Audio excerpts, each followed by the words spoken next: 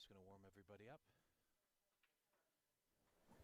Good morning, everybody, and welcome back to the 2025 Embassy Open here at the Embassy Billiards Club in San Gabriel, California. We've got an exciting match to get the last 16 underway. It's going to be Canada's own Charlie Brown taking on Stephen Lee, the ex-professional. Going to be a great match. It's a best of 7. David Burney's in the booth, just giving you that 10-minute warning. Players are just at the table doing their pre-match practice, and in about 10 minutes time we'll get underway. So this is your cue to get that coffee or a cool drink and come on back and see us in 10 minutes. Thanks, everyone.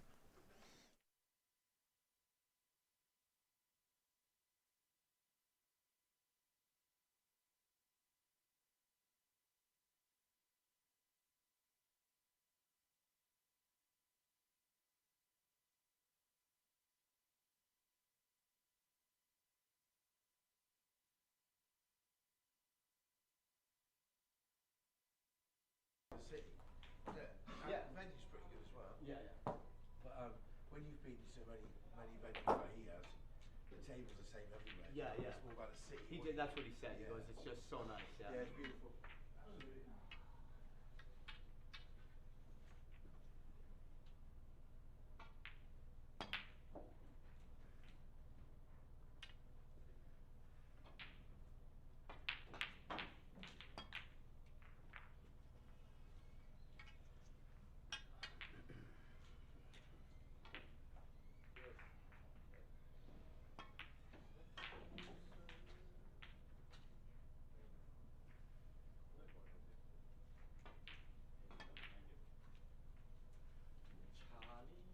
Charlie sticker. Oh, if not, you read this one.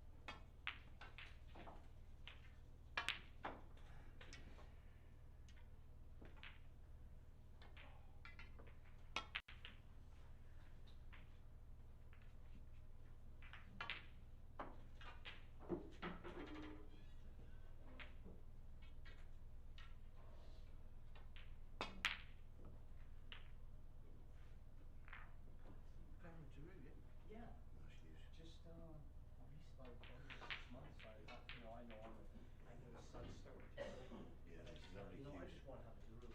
Decent kid. And I've been playing with a one-piece Hunter and Bird for 30 years. Okay. And I just got one made just to have it. I think it's more powerful. I started playing with it. Like he made it to my specs, pretty much identical to my other Cubans. Fuck. Yeah, it's powerful. Yeah, titanium, ferro and stuff. Yeah, but yeah. it just, my Q's kind of lost its life. Yeah, they're expensive. 2,200. Well, that's Canadian, so probably about £1,000 or Wow, something. not too bad. 1,200 pounds or something. Not too bad, so. Yeah, not bad. Good Q. Yeah, they are nice. They are nice.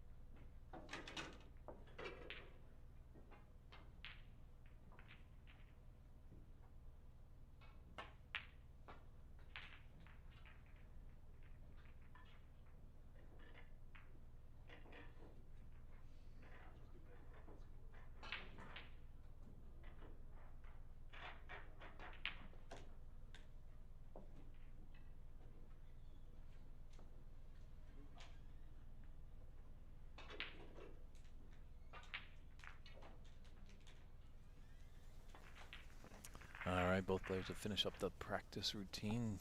Just responding to our friend Andrea McCluskey, asking about any updates on any of the other tables scoring. Unfortunately not. We do not have the Cloud Snooker tablets here. So unfortunately, we'll get results as they come to us in the booth, hopefully from some runners in the room. Morning. How are you? Good.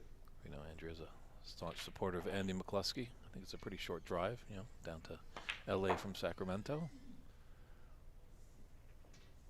But it looks like Andy and Jackie, two finalists of the Seattle Snooker Open Championship this year, are doing battle in the last 16. Just goes to show you the high standard at this tournament.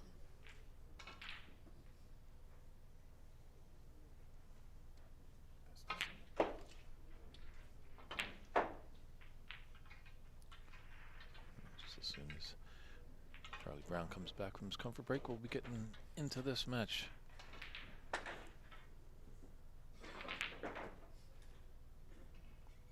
Might want to tip possibly Stephen Lee just being the ex-professional here. But Charlie Brown, just the journeyman of snooker. If there's a tournament going on, he's playing in it. Charlie struggled a little bit as if you tuned in yesterday on this table. Wasn't able to be victorious, so definitely is going to have to find a good gear today. Chat room is open. We are on Ox Billiards and San Gabriel Embassy Billiards Club YouTube page. If you have any comments or questions, let us know. Hopefully the picture looks all right to you and we're sounding okay. Please let us know if there's any hiccups. If you've got any support, feel free to cheer on Charlie or Steven. As we do say, there are no silly questions. So we have fans that are deeply invested in the game and some fans that have just stumbled upon us and might not know the whole philosophy of the game. So, and I'll do my best to respond as I can when the questions come in. So.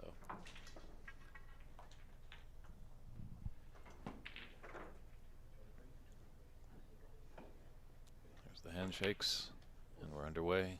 Stephen Lee set to break us off in this best of 7, last 16.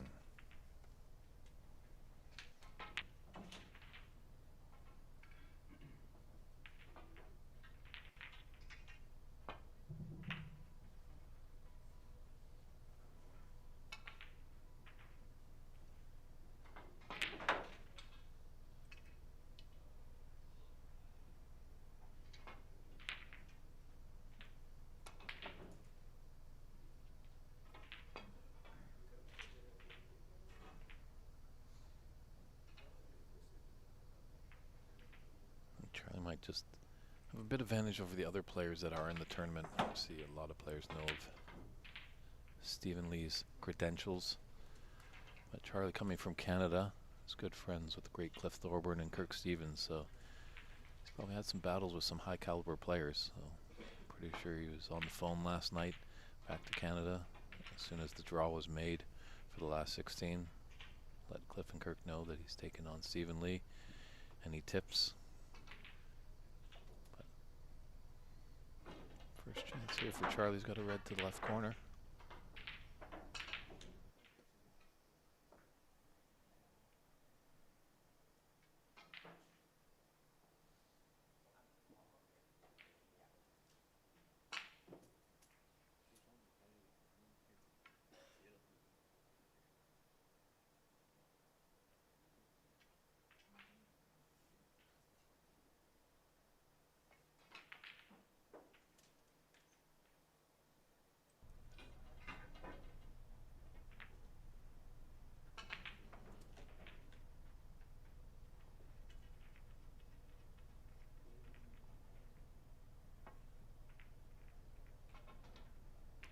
That red's come out to block the path of the black into the opposite corner pocket.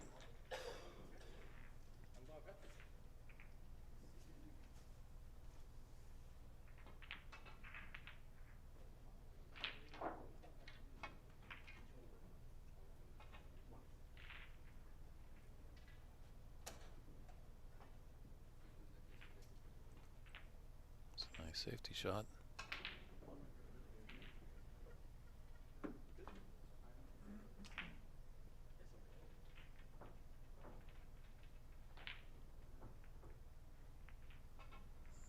Just a little short of pace. Stephen wanted to get into the bulk area. You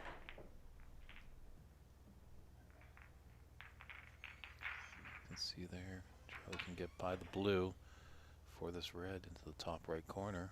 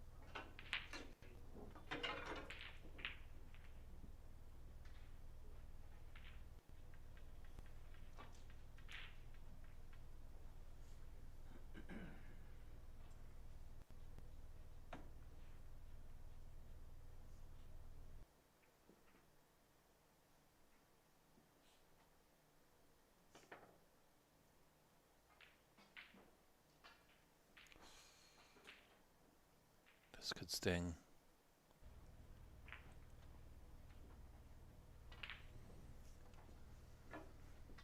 He's missed and he's left Steven at the business end. We'll have to clear up these reds on the right side. Just open up 2 pockets for the black.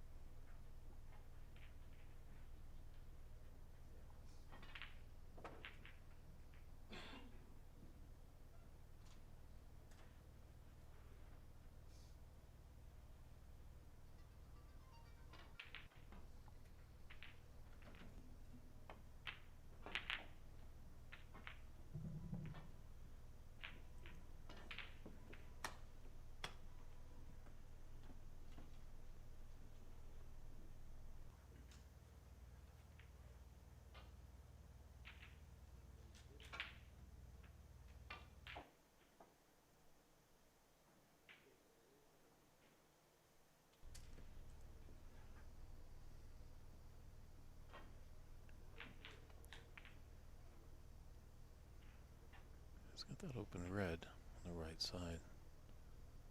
Or if he's just going to chance it, go into the pack off this black and develop some more reds.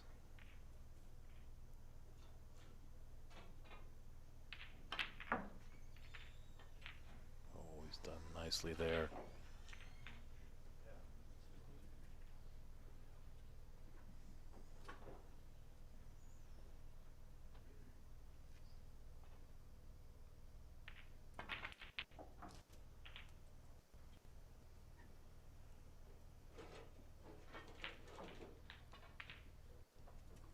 Steven wincing a little bit there. Kind of wonder if something's going on with his shoulder a little bit. Keep an eye on that.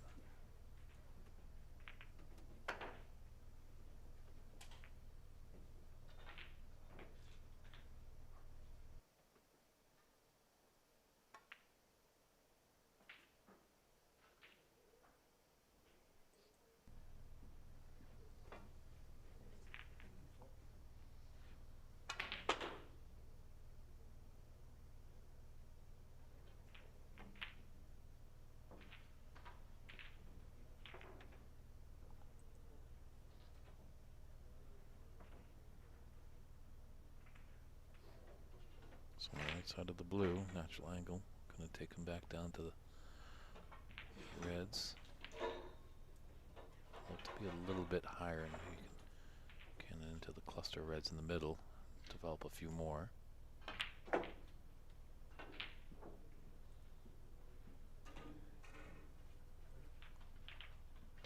just going to settle for clipping off some reds.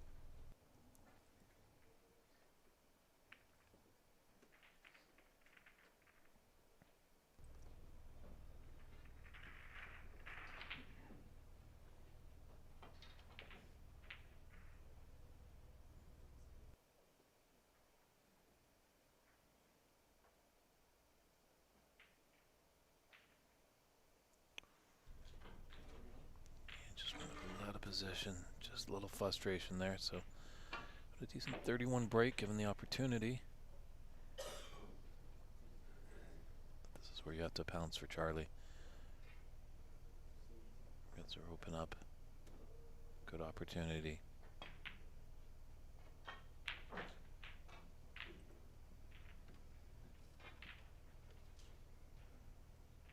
Looks like he might have a slight angle on this black.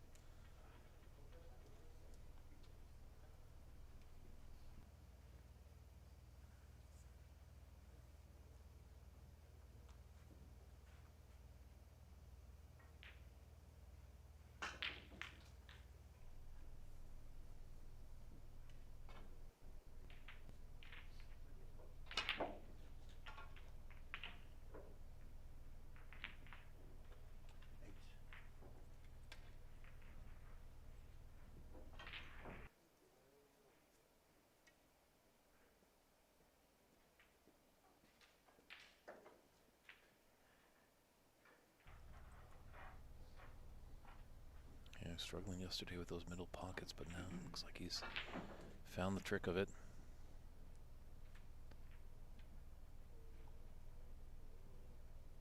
Great caliber of players here. They definitely will start to understand the nuances of the table very quickly and adapt.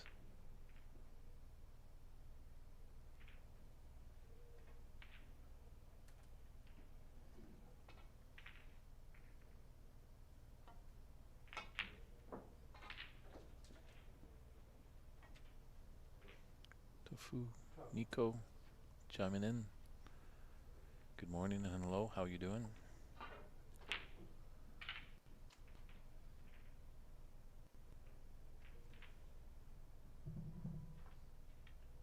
As well in the chat if you want to let us know where you're tuning in from. Definitely a global event here. 2 members of the Commonwealth here, Canada and England representing.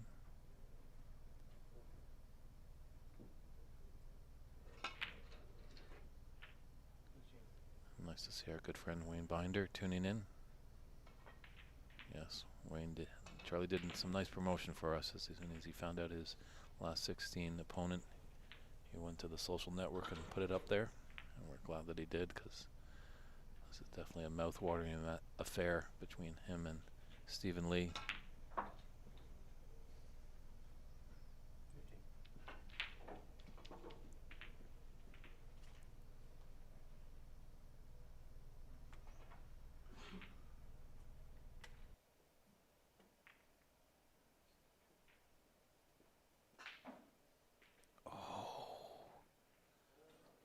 Ouch, that is just going to haunt him.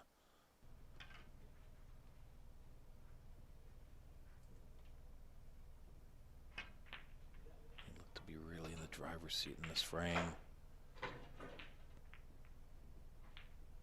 Just hoping for a lapse in concentration on his opponent so he can get back to the table and forget that missed red, but it's going to be tough with the caliber of Stephen Lee.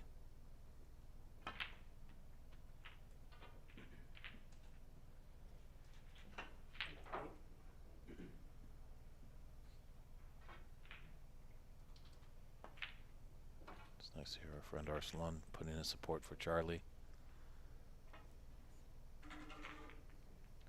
Definitely Charlie a staple at all snooker tournaments here in America and as well up in Canada. So he's definitely a fan favorite. It's very interesting, the game of snooker. A lot of the time we do like to cheer for the underdog.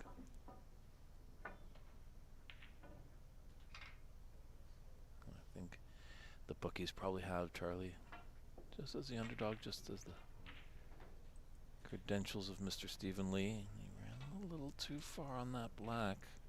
So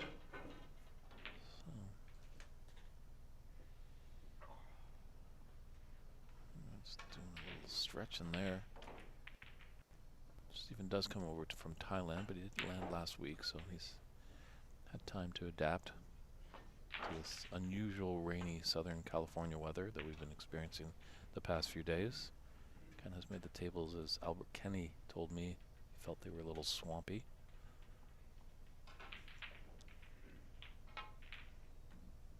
But first round, this best of 7, last 16. 25 points in it and 43 on the table. Green's relatively safe as well as pink. But the 4 other colored balls are on their spot.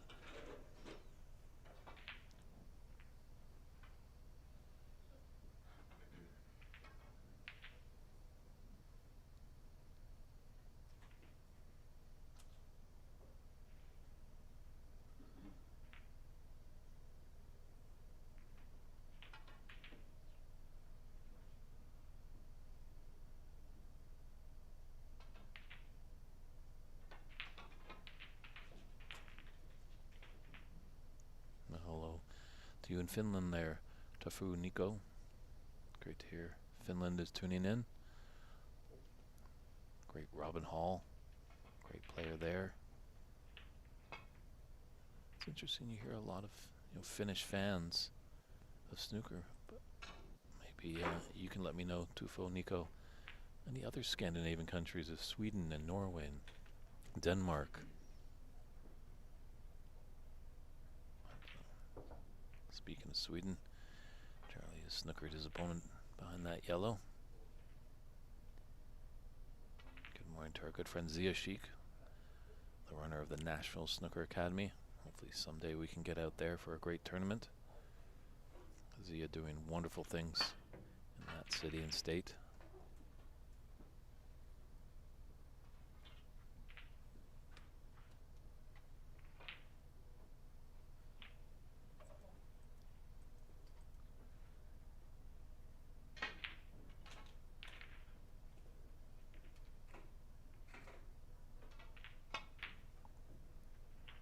My good friend Wayne Byer accurately observing the incredible cue power that Stephen has, and Charlie has beautiful finesse, so it is a treat for our eyes this morning here at the 2025 Embassy Snooker Open.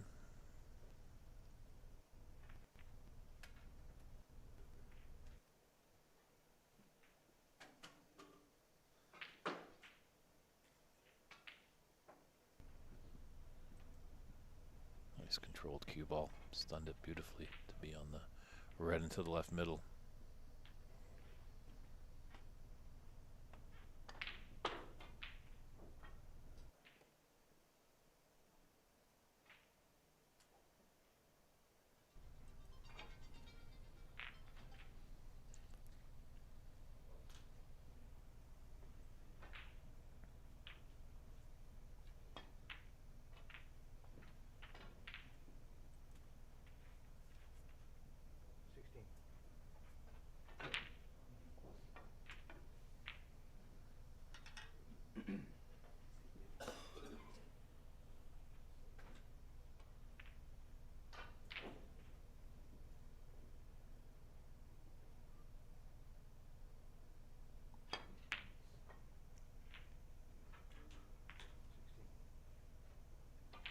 Trying to get that green out, but he's crawled back to just make it a 5-point difference with 27, so we're at the colors.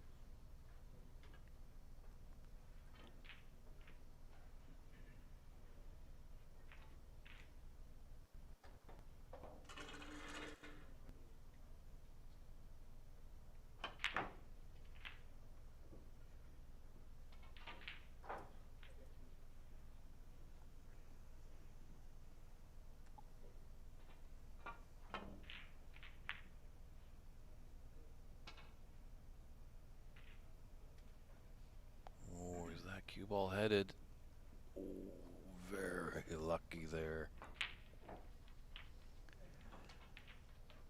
That would have been disastrous for Stephen Lee.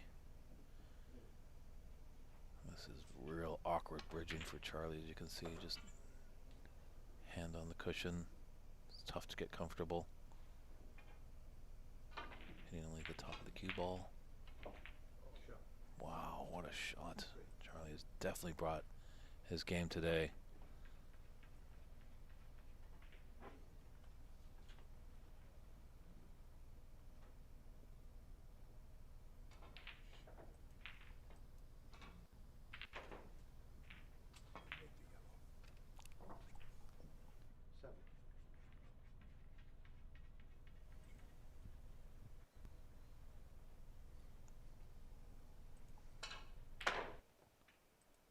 Looks like he has a little bit of an angle that he could disturb this pink. Just develop a little bit more after the blue. Oh my, how did that not drop? Wow.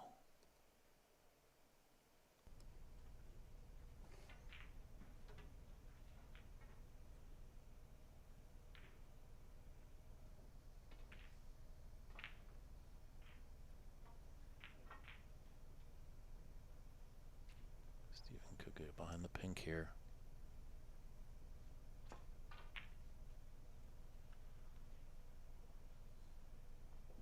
Black as well. As Charlie comes to survey, let's just take a look at that last blue that Charlie had.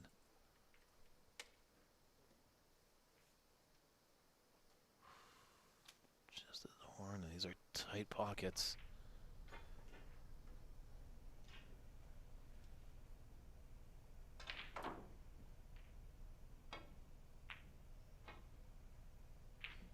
Definitely a nervy and tight first frame. To be a great match here. 48 apiece with 18 on. Either player needs both pink and blue to get the frame.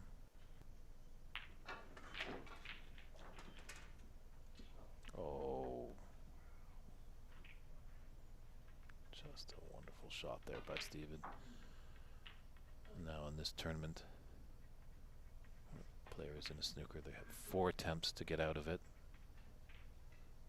So 3 putbacks. But hopefully Charlie's hoping just to be successful on the first one, but knowing the ability of a 2008 Masters finalist, he wants to hit the object all and at least put it safe. So it doesn't gift his opponent an easy pot.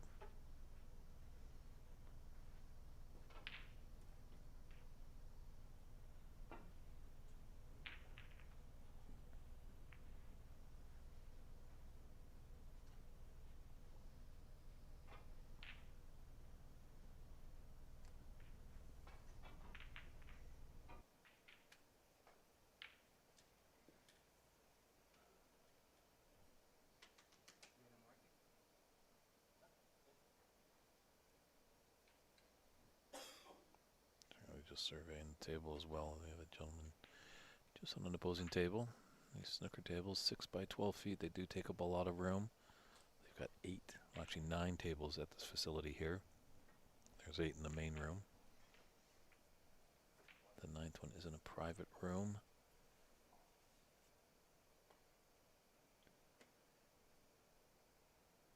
That's 5 for Steven.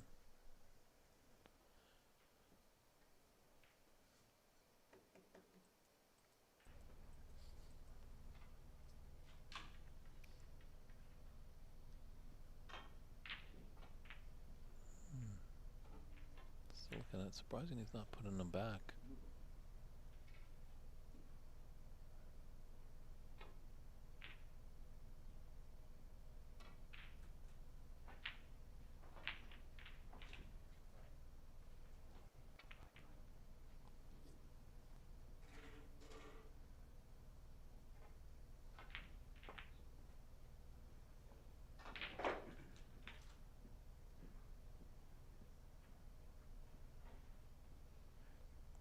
Maybe just first morning match, just came a little short of pace. He had the right line to get behind that pink.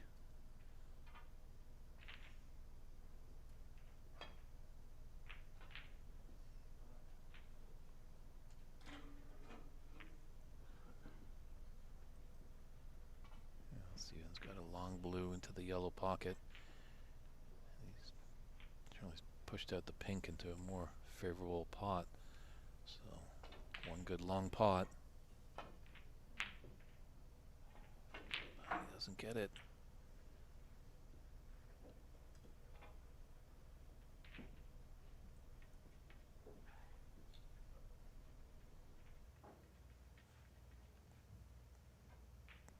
It certainly looks like the pink blocks the path for that blue to get into the top right corner.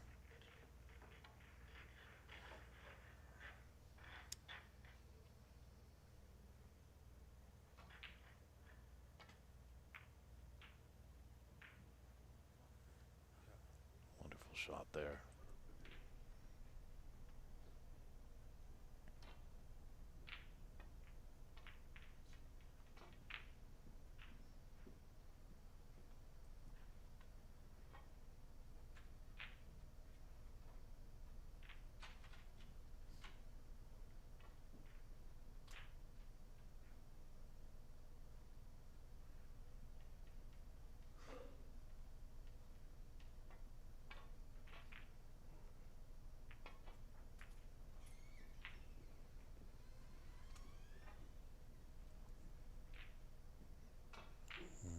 Daffy on pace, but it's a tough long pot. He tempted Steven to take it on. Big shot here.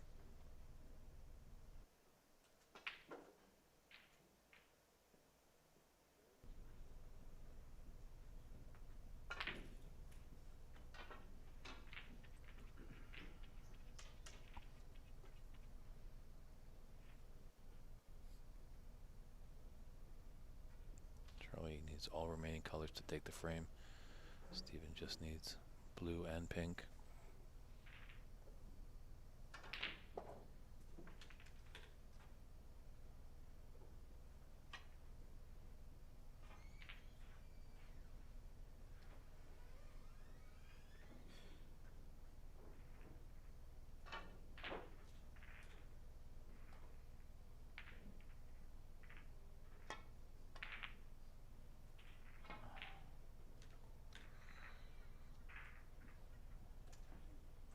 Decent pace, just ran enough.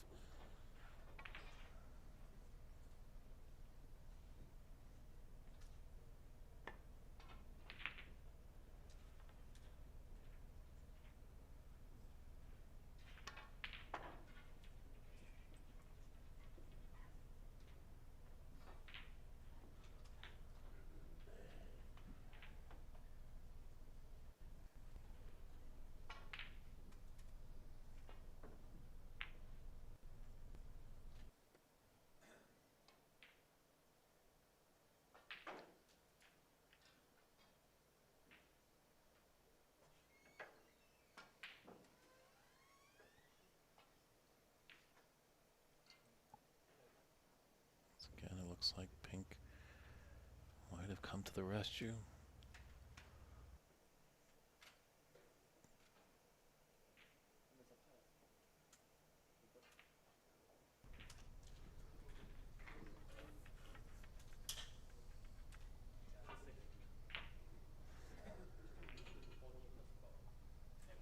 It's mounting to be a big frame. Whoever's victorious really is going to feel good about themselves and have the momentum in the match.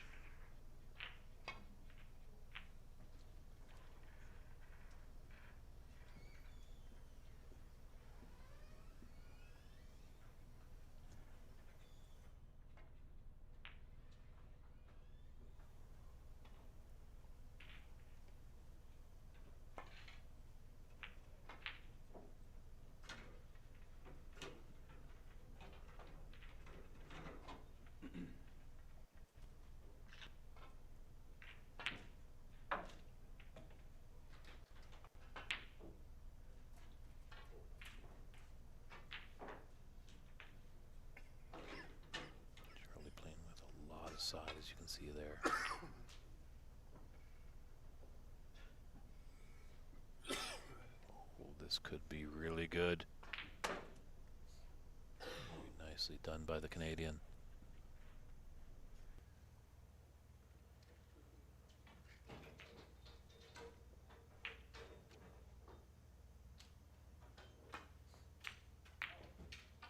There was a path. He almost fluked that blue in.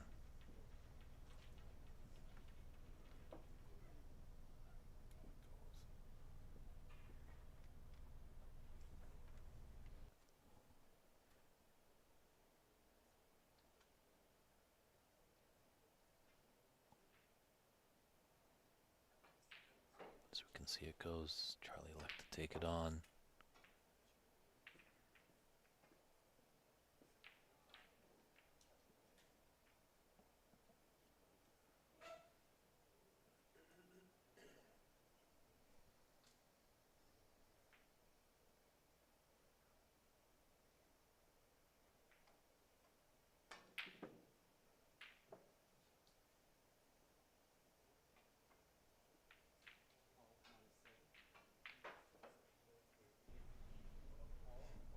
Elected not to take it on.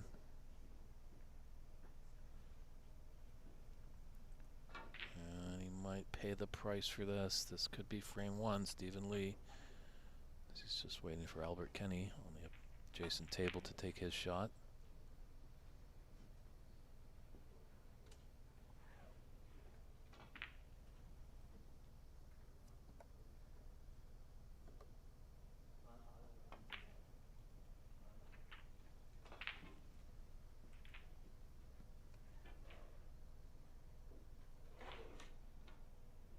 It's pink for the frame. Oh my goodness.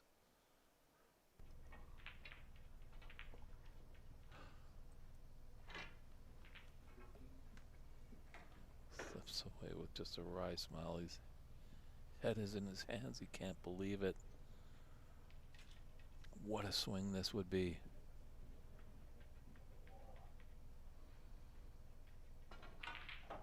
What drama here in frame one. It's only the Sweet 16. Got 3 more rounds to go to find out who the champion is.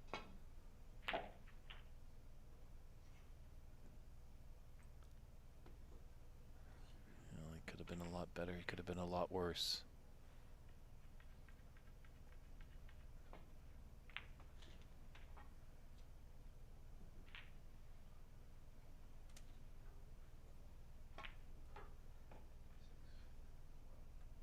Now a battle over the black.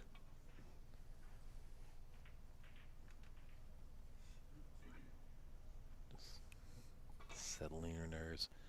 Trust in your technique. Oh, can you believe it? He goes in off on the black on the first shot. So Charlie Brown takes this first frame by a scoreline of 61 to 58. We'll step aside and be right back with frame 2.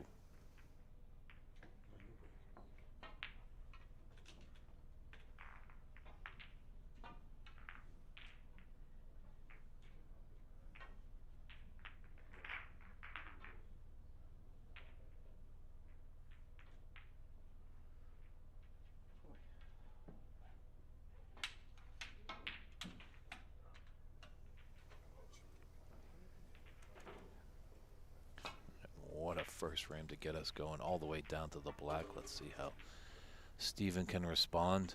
Can Charlie continue the path to a big upset, I would say. Just knowing the credentials of Stephen Lee. He was in the World Championship semifinal in 2003. Lost to the eventual champion Mark Williams.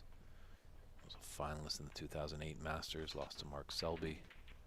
Has over 184 career centuries, 5 ranking titles, been on the pro scene, so knows his way around the snooker table, but it's no disrespect to Charlie Brown. He's a great amateur. He's been around the game for years. And he's played at a few tournaments here at Embassy, so you might know a little bit more of the lay of the land. And obviously just traveling down from the Whistler area in British Columbia, staying in the same time zone. It's a quick little flight. Stephen has come all the way over from Thailand.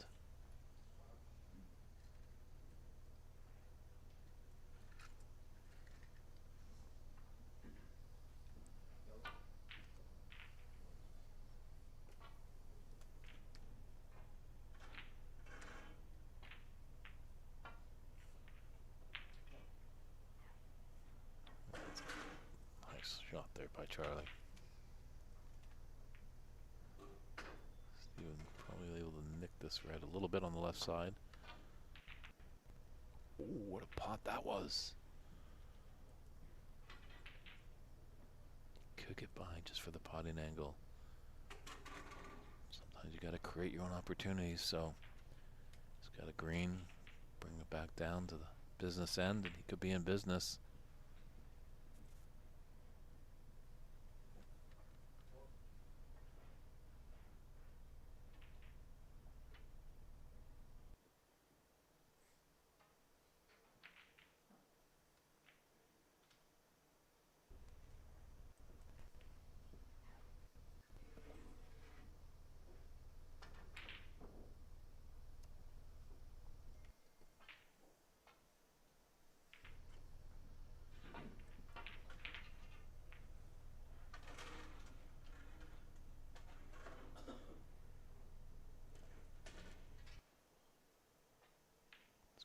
On this for either pink or blue. Played nicely for the pink.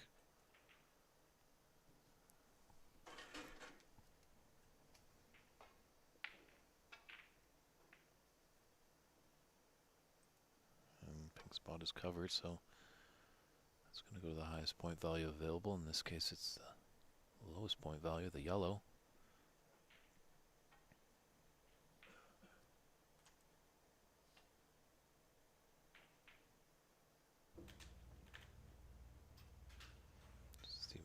checking to see if that red on the left side, the bottom leftmost one goes.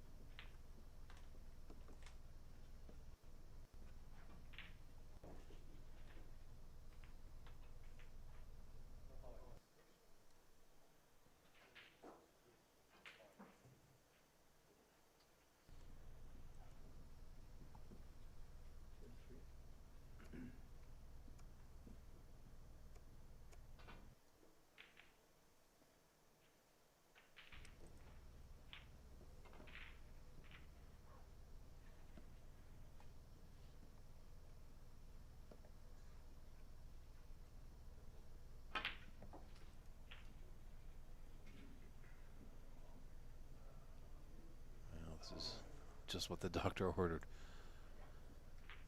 for the Stephen Lee fans.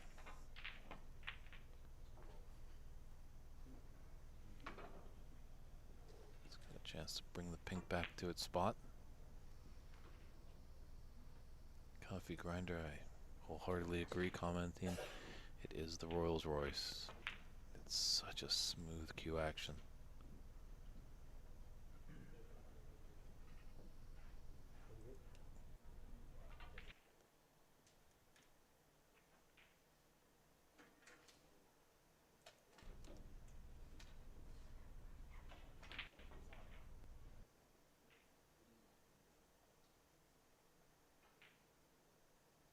He's just humming around the table like a hummingbird. Blink, you're gonna miss it.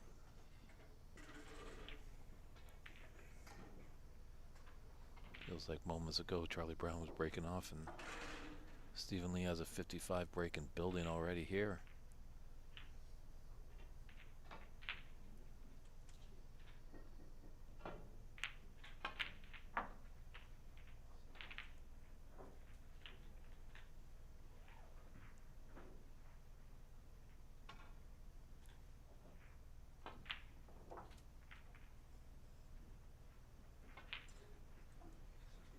Alright, needs a good recovery shot to keep things going.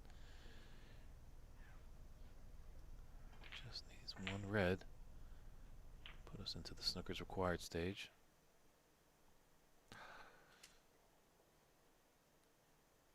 Just couldn't get it there.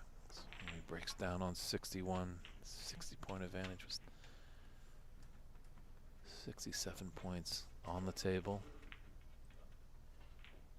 There's a red up in the bulk area. A little nasty red on the cushion. And one on the left side of the table.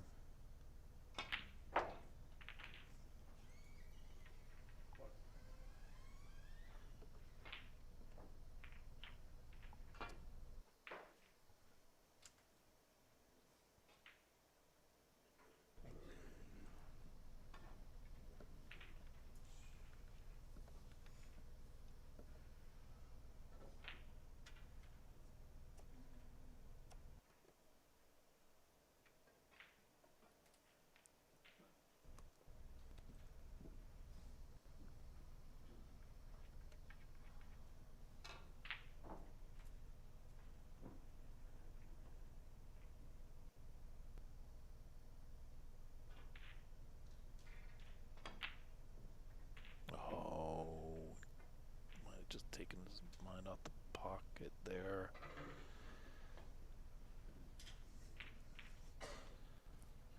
Just thinking about, getting up to that red in the bulk area.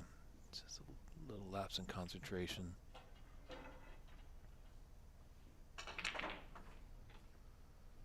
It's easy to call it in the commentary booth, just get down.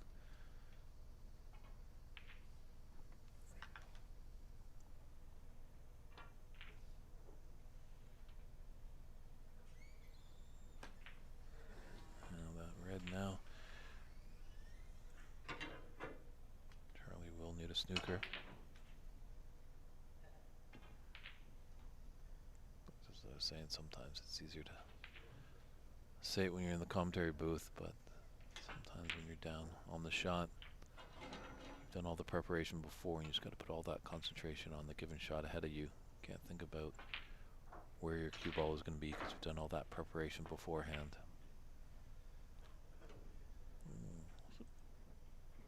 Pretty big miss there by Steven. Charlie just taking a look at the scoreboard. He's trailing by 52. There's 43 on.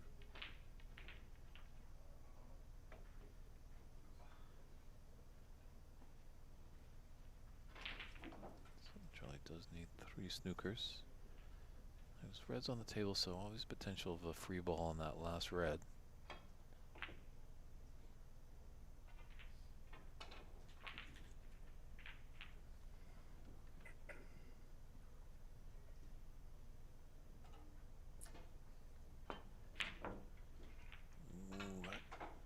Both these players having a little trouble with that top right corner. Might quickly make a call to Home Depot or something just to get a jackhammer to pry it open a little bit.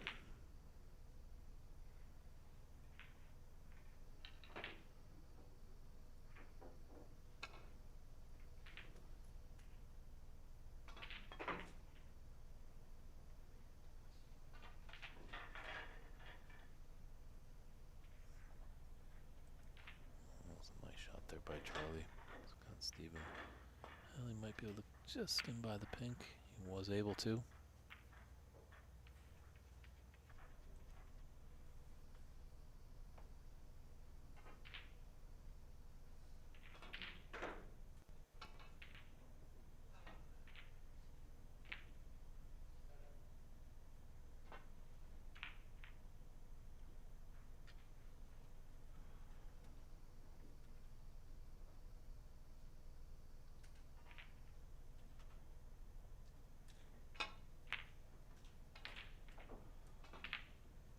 Looks like we have some celebrity status in the chat room.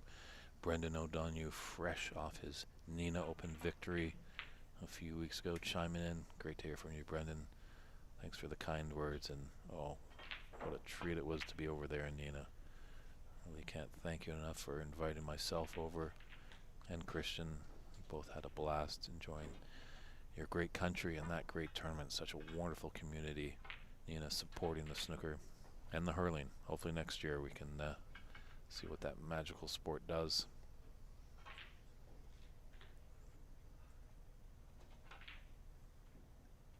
I heard that you, Brendan, tried your hand a little bit in some commentary over there at the wow, what a shot that was.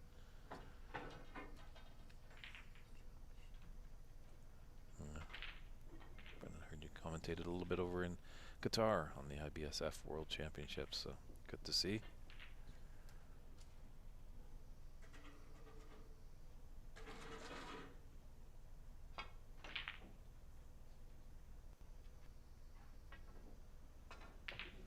And that's going to be concession there. So a strong 61 or 60 break, 61 break by Stephen Lee. Made that frame his. Charlie had to battle back and just couldn't come through. So frame 3 is upon us. Our good friend Salah Hassanin, 1889. Apologies if I'm mispronouncing your handle there. We do have another table that's being streamed on the OBSA YouTube channel. Our good friend Rob Richards is providing commentate over there. That I believe is Albert Kenny taking on Ayman. Not sure where that match is, but you can definitely take a look at that one. But this featured match where we are is Charlie Brown and Stephen Lee. Charlie's just excused himself for a comfort break, and hopefully we'll be right back with frame 3. As you can see, there's all the details of this great tournament.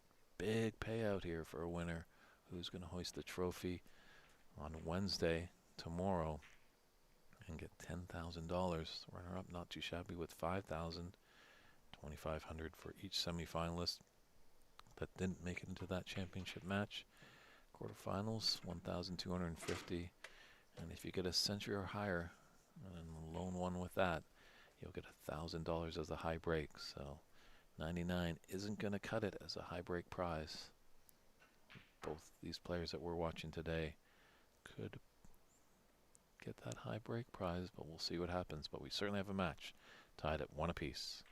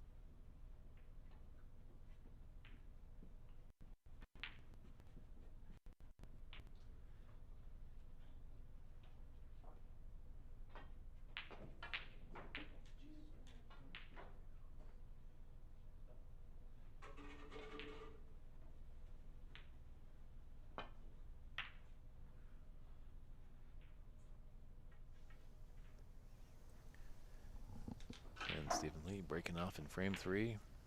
Certainly have a match. Both players have a frame to their good side. Was a best of 7, is now a best of 5.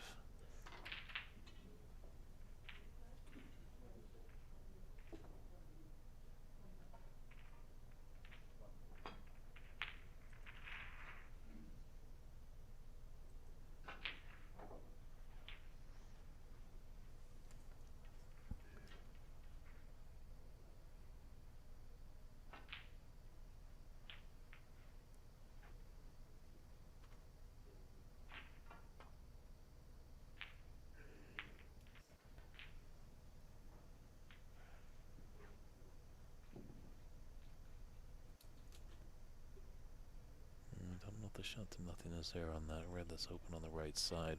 The angle might kick into the black.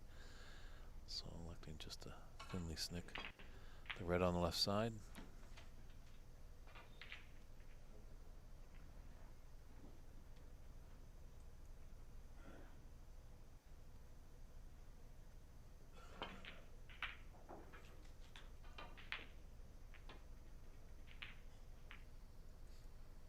More of an aggressive safety shot there. Gliding into the pack to open up some reds.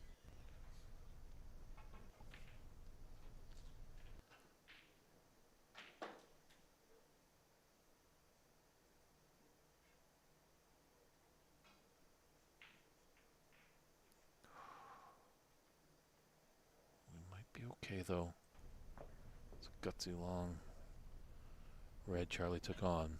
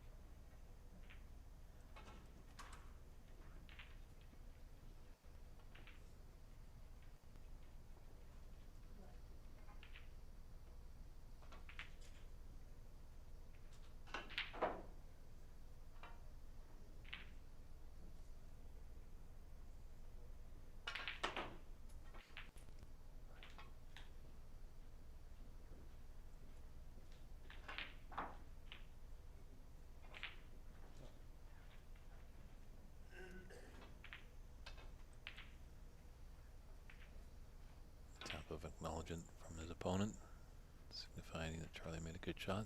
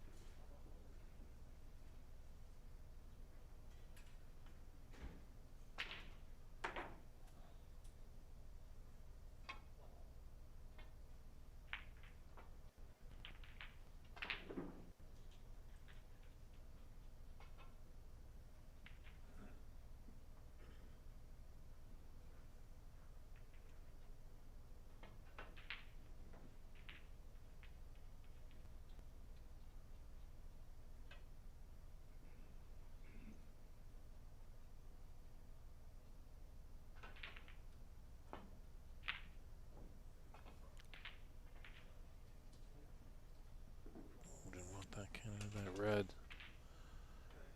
These corner pockets are playing tight. So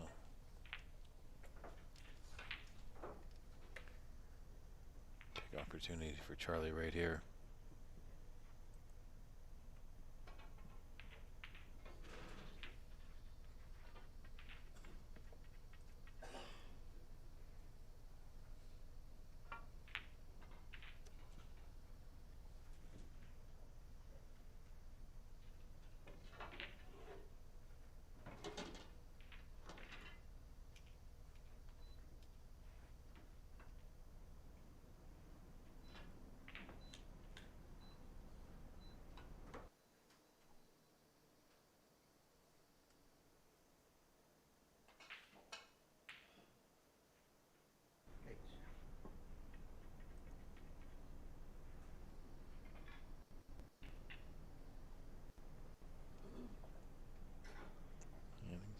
little straight on that black, just had to draw it back. And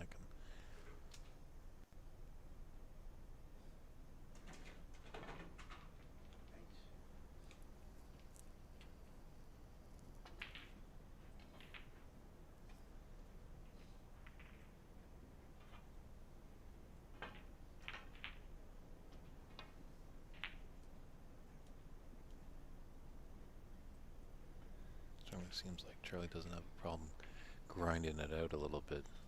It's even more the player that wants to get in and just put in a hefty break.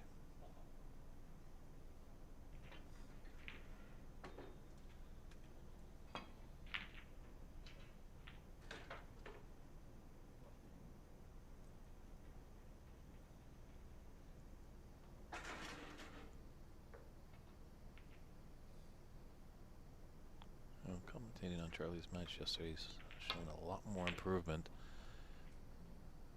Maybe just playing an unknown. Isn't too sure what to expect.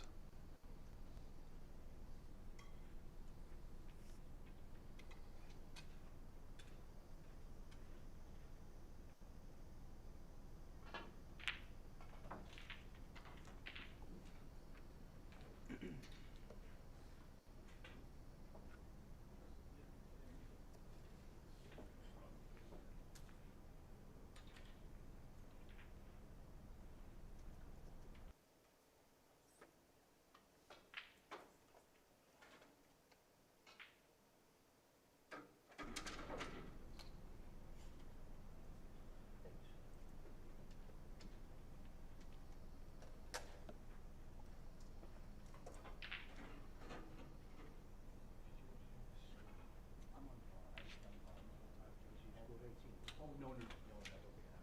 Oh, the points are still. Yeah, yeah, sorry. So you're on top, so you're late for that. Discrepancy on the score. Looks like they've got it ironed out now.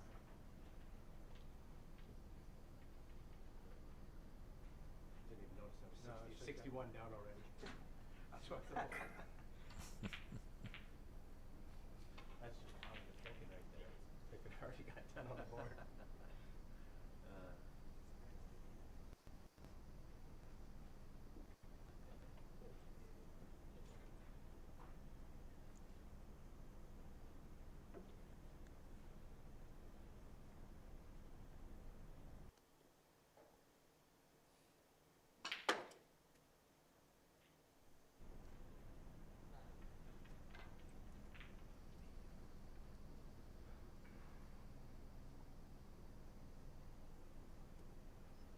Gently rolling this blue, the red to the opposite middle pocket.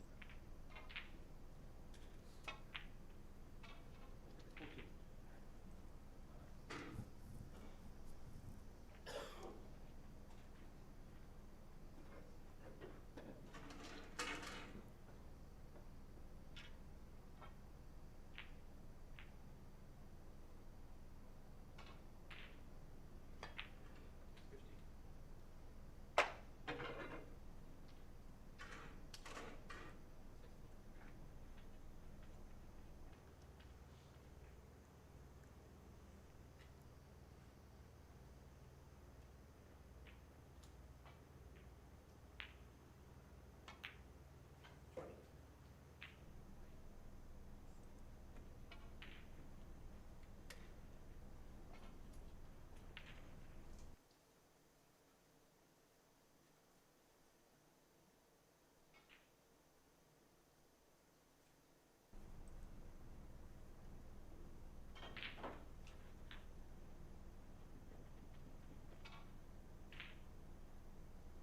Just got slight angle, as you can see by our overhead camera there. Just a little bit on the right side of the blue. 26.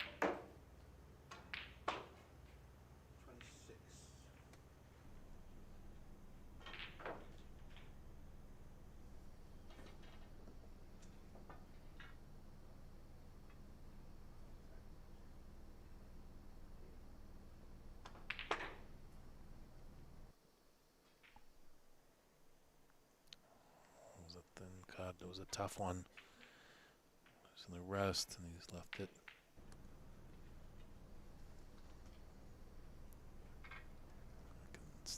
this mistake. That's the big difference, what these players can do. When a player falters, can they capitalize on that and punish them?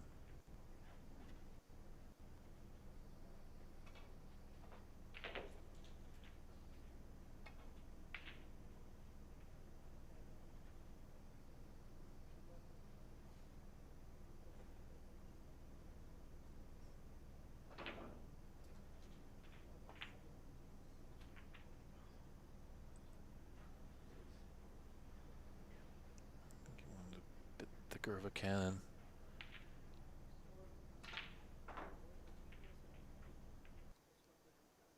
Tricky red.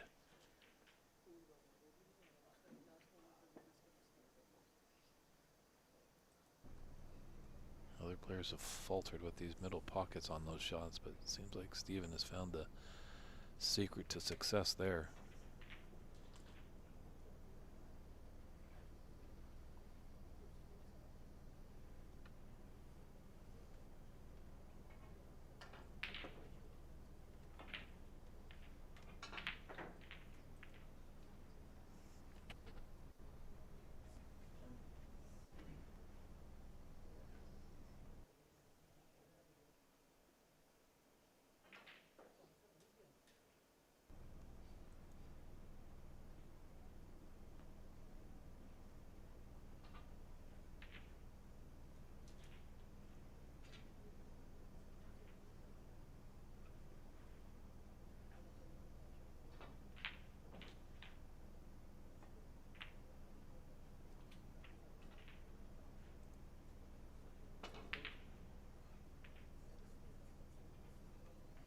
He's got the choice of the two reds, as you can see there in your frame.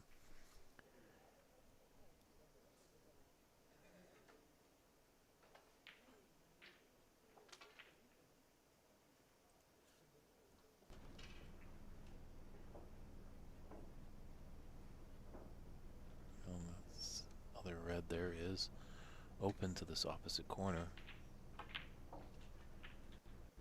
Does have a red to the right middle as well.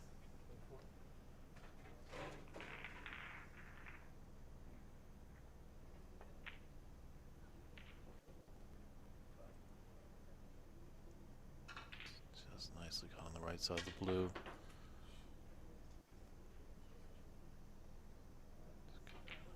Pushes cue ball through on that bottom red of the 5 on the right side of the table.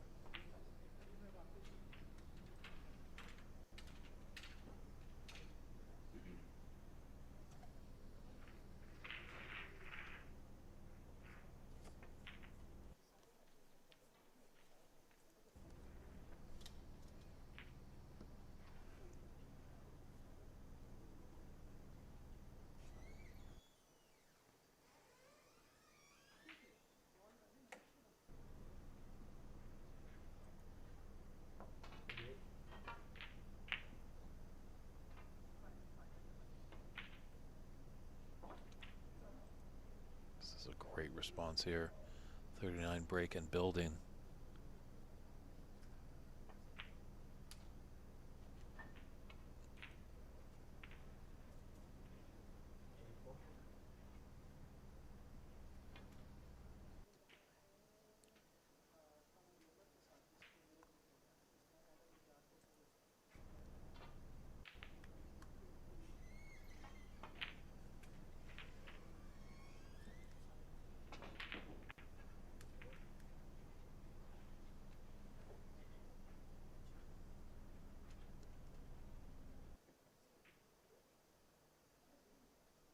Ooh, a bit high though.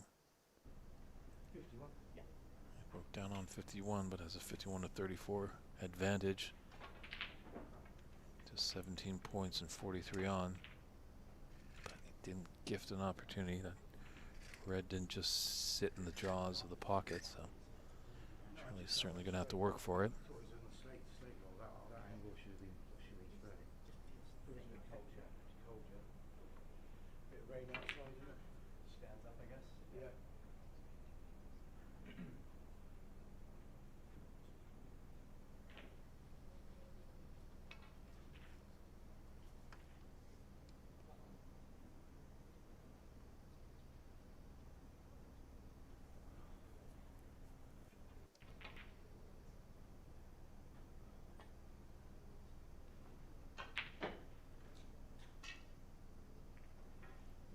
Mostly controlled pace shot.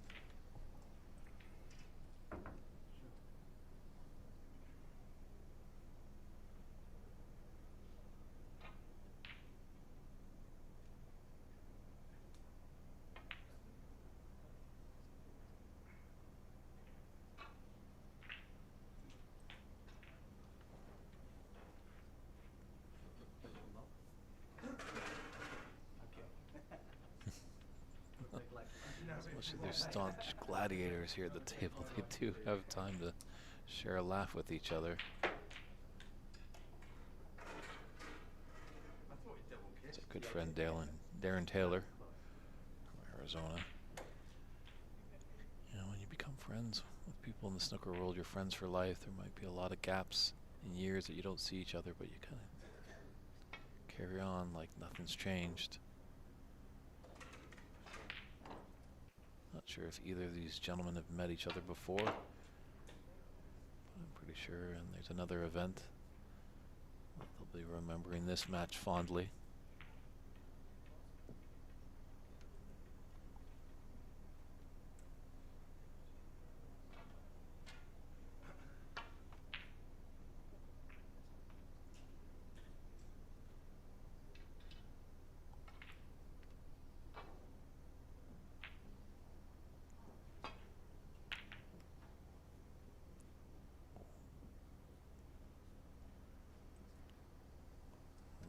Hasn't done well for Charlie there.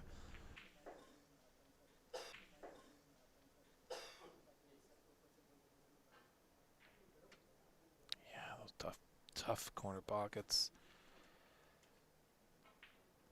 Charlie's gonna have to deal with it now.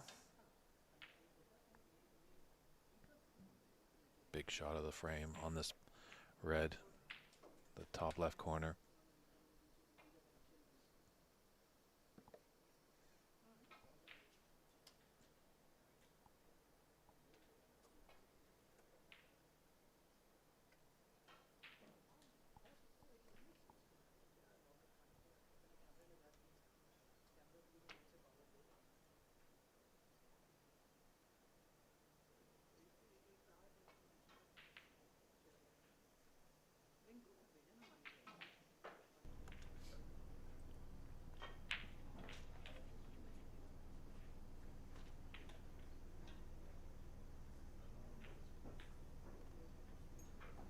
Well, no one said it was a friendly game.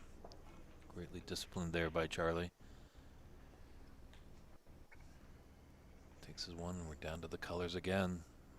As we've seen, this favored Charlie in the first frame. Stephen ran away with it with a 61 break in the second. 22 points in it right now, 27 on.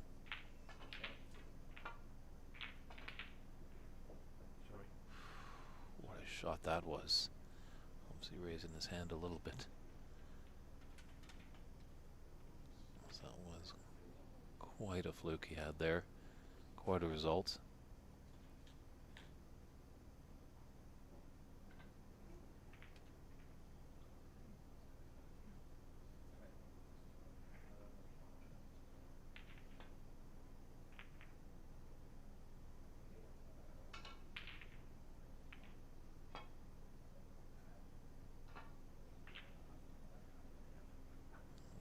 We'll be going back. Just take a look at that last shot that Stephen had. He was snookered. Done well to get out of it, but then just look at the double kiss on that yellow. And he gets a nice result. Puts Charlie in a bit of bother as he already sacrificed 4 penalty points. Will there be some more?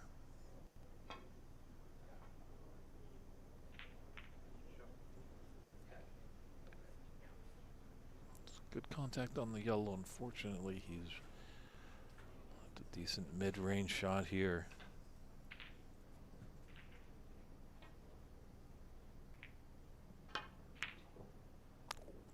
Can't pull the trigger on that. That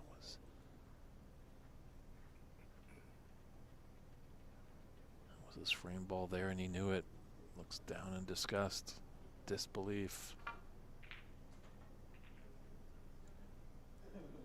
What a 27 clearance this would be for Charlie to nip this third frame by a point, as he just trails by 26 points.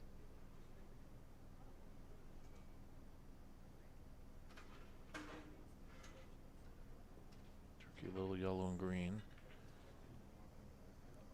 Black's a little bit off its spot. Maybe even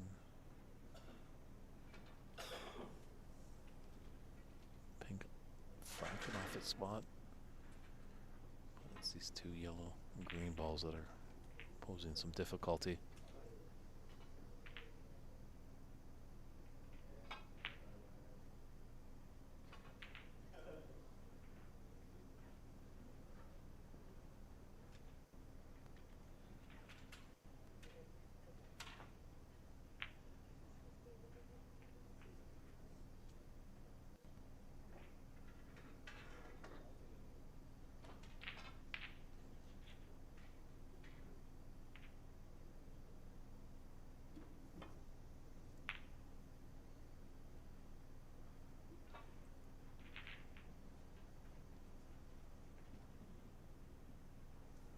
Doesn't have the color behind the green. Looks like there's a slight little angle on the yellow that Charlie can come up and down table.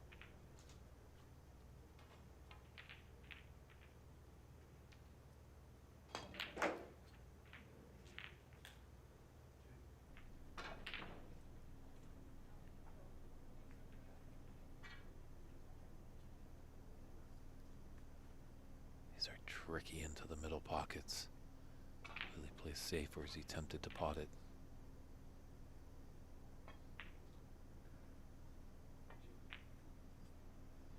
Yeah, he had it there. The brown shape was there. He was going for it all there. Don't blame him, but those are definitely tough, tough shots. He's left a long shot for Steven. This is no gimme. Green into the top left corner.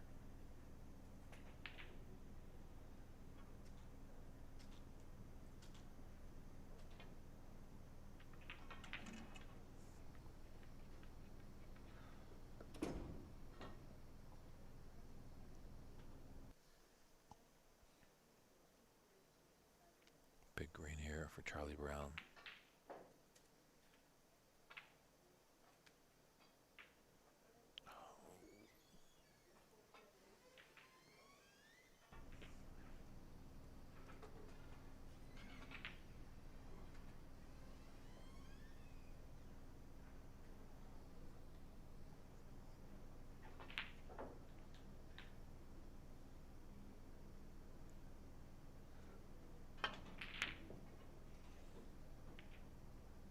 Both players can't believe their luck.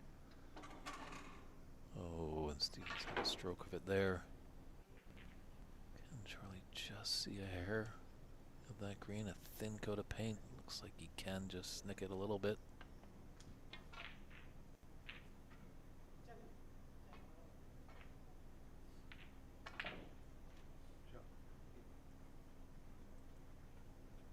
Oh, what a shot there.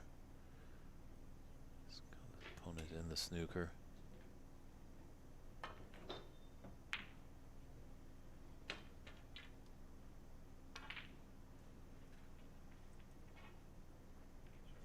Good retort by Steven. That could have gone really wrong and pulled up short, giving Charlie a relatively easy green into the yellow pocket. A seesaw and affair in this important third frame.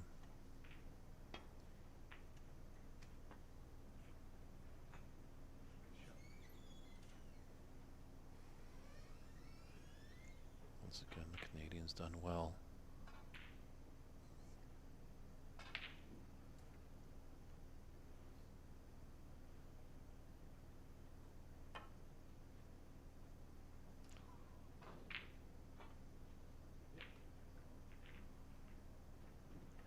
Ooh, gonna watch that out, Steven. You know, that if a player, you know, easily could be called a 7-point foul. I know it's frustrations when you don't hit your object ball after a snooker, but when there's no referee there, you gotta make sure all the balls come to a rest.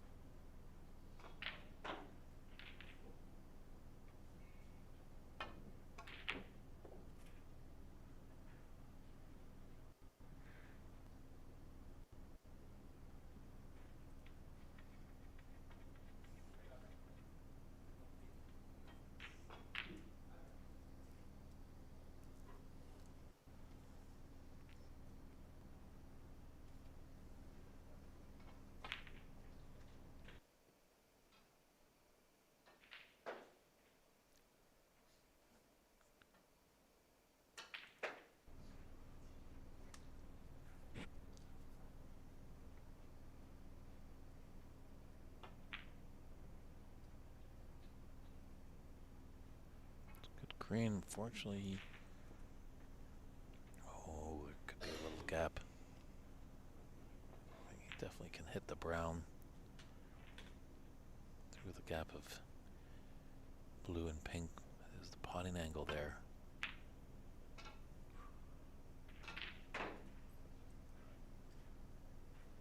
So Charlie, come and take a look at the scoreboard. It's down by 23, and there's 22 on the table, so it does need one snooker. Black's in a nice spot.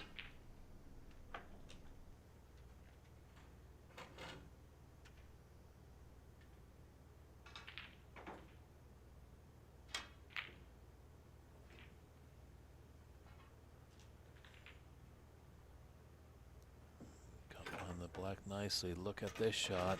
Very nicely done by Charlie.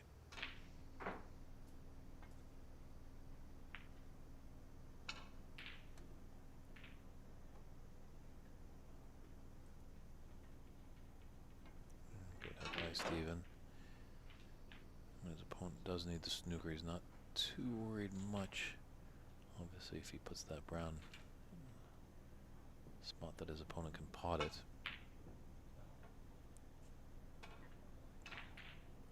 So this brown headed.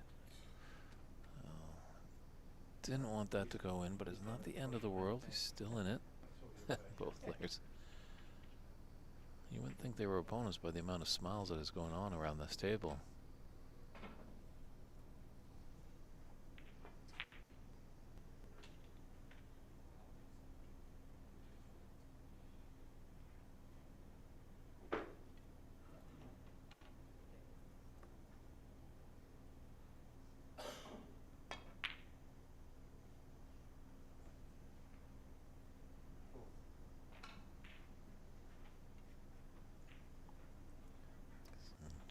Just missed the black there.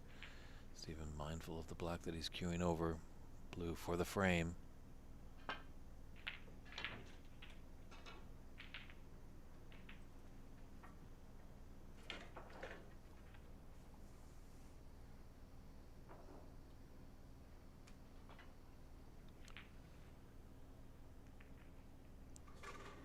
Brendan O'Donoghue just curious about his fellow countryman, Andy McCluskey, what the score is over there. Yeah, unfortunately, none of them are online.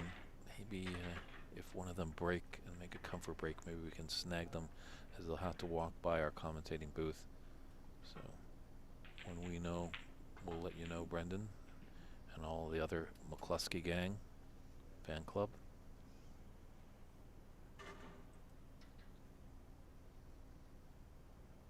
Pretty sure it's going to be a battle there for Andy. He's taking on his fellow finalist of the Seattle Snooker Open, Jackie Wee.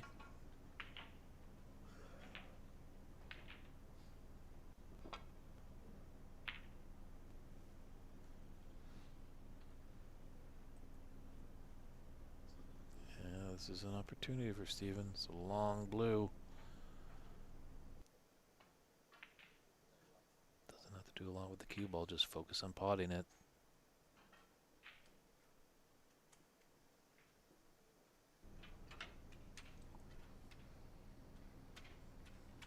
Just drops his head in disgust.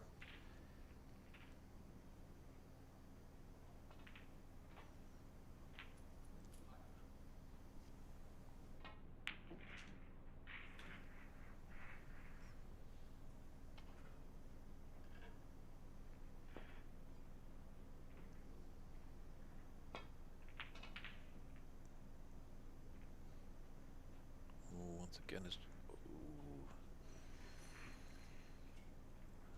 one saving grace. This is awkward queuing over this black.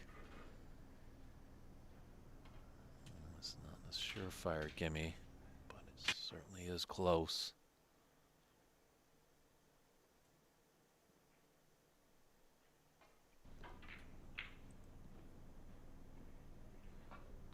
This pink surely will seal the deal.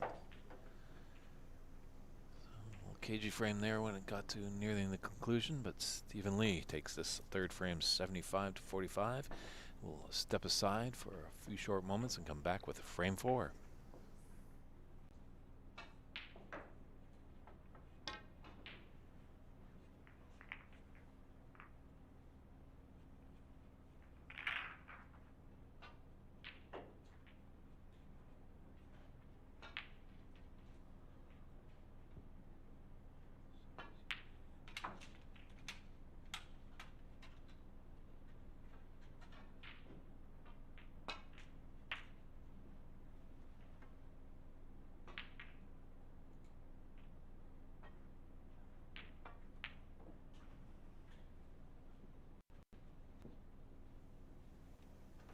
Charlie Brown has broken us off.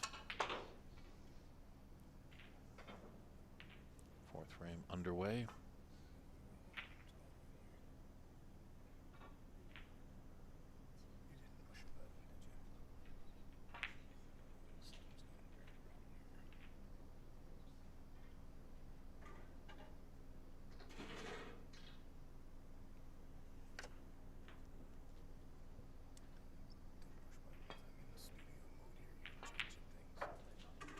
Okay.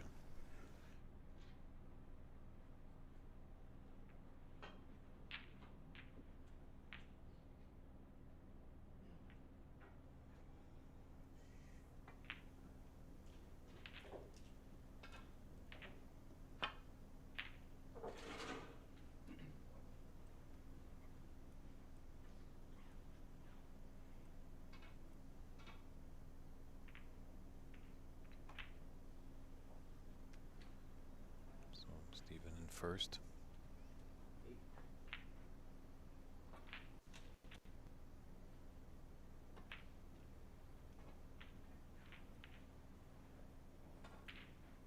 Apologize, we just have a little technical glitch with our video software. Trying to just update it for you, everyone.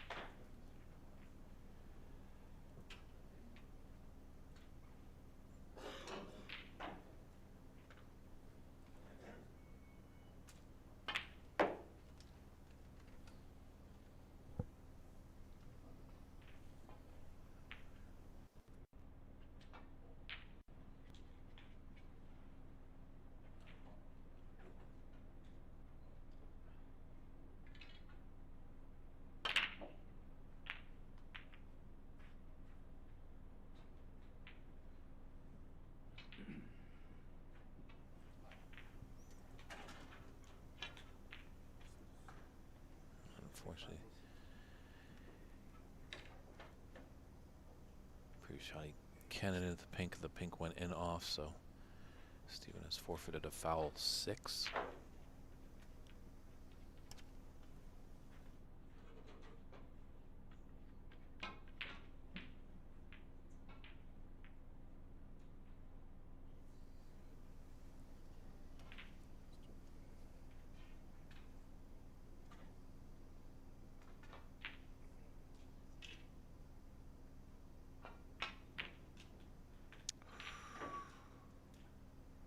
Ouch.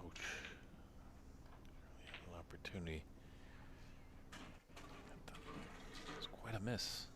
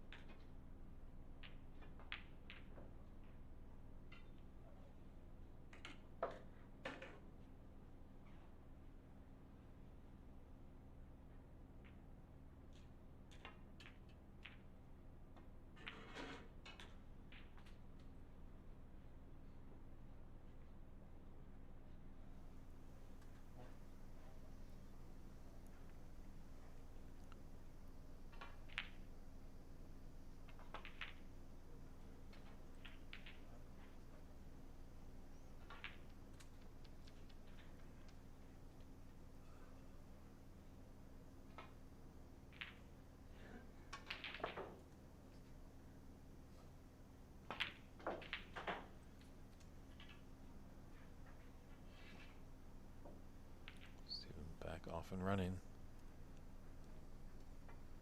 Charlie couldn't capitalize too heavily when Stephen inadvertently knocked that pink in.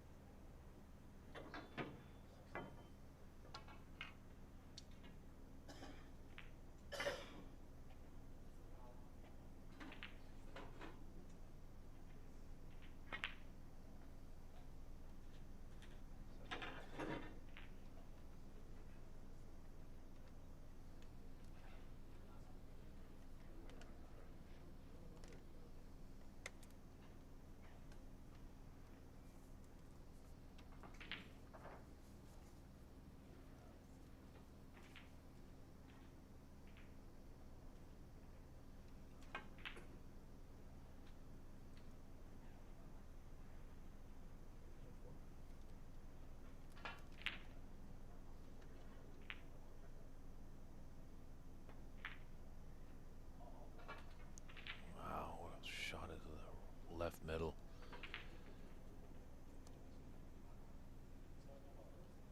Does look like there's a little space there for Stephen. This pink will go by a pack of 6 reds.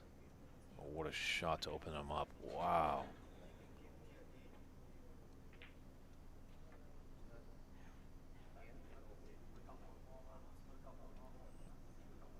That shot, I think, has put him definitely in the driver's seat to take this 4th frame, extend his lead 3-1.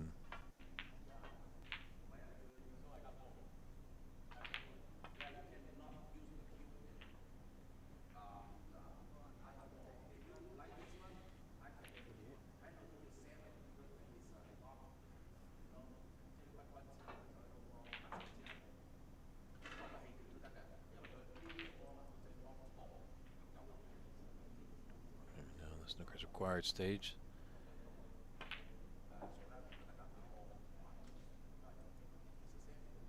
Definitely with a 72-point lead, 59. I would be surprised if Charlie comes back to the table.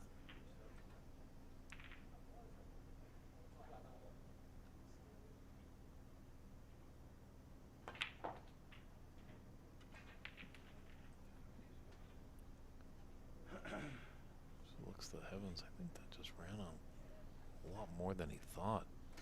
And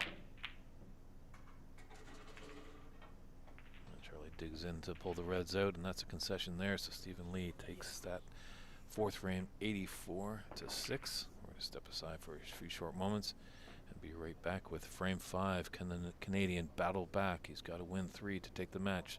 Stephen Lee only needs 1.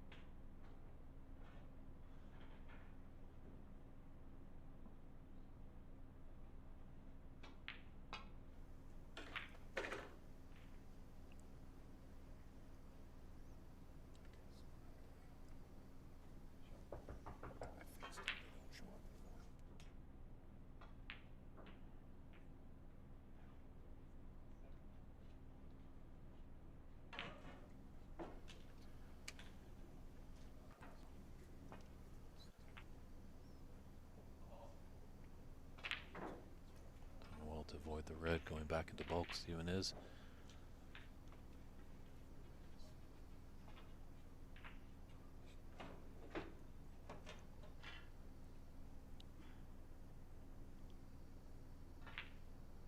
And big James McCluskey turning in. Just curious about an update on Andy's game. Well, they've been battling it out. They're on their colors. I'm not sure what frame or any that they're in there. If it looks like it's been a pretty tense frame over there. So when that frame comes to a conclusion, one of them might step aside for a comfort break, and if they do come towards our direction, I'll try and flag them down to get an update for you guys. Unfortunately, this tournament, as some tournaments in the past, has been equipped with tablets as they use the Cloud Snooker. This tournament is not using that, so unfortunately you can't see updates on other tables. But if you are in the San Gabriel area, just east of Los Angeles proper, come and pay us a visit. We got the Sweet 16 this morning, leading up to the quarterfinals, and then Championship Wednesday with the semi and finals going tomorrow. Admission is free over here, lots of great seats.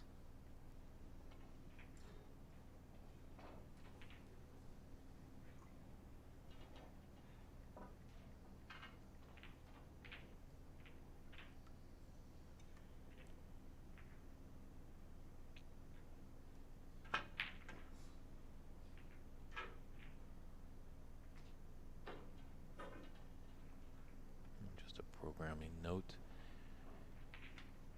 This comes to a conclusion soon. Could bring Stephen Lee into the booth for a little interview about a little bit of his history in the game. So if you do have any questions, pretty sure Stephen will be happy to answer them.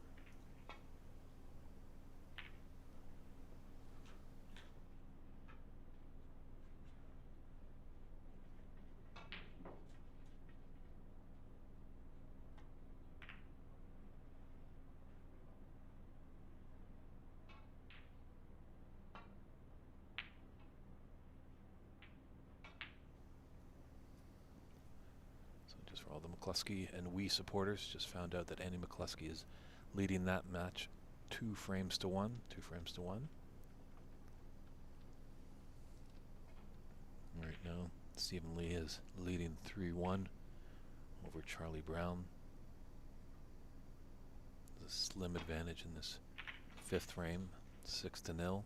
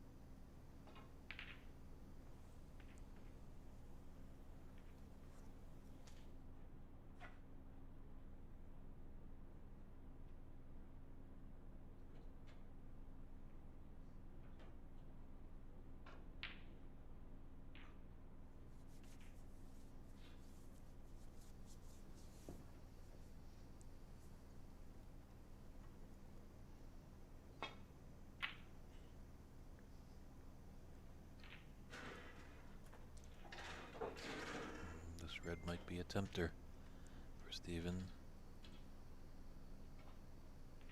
Well, nice to see the 2024 BC Shootout Champion, Malad Somji, tuning in. How you doing, Malad?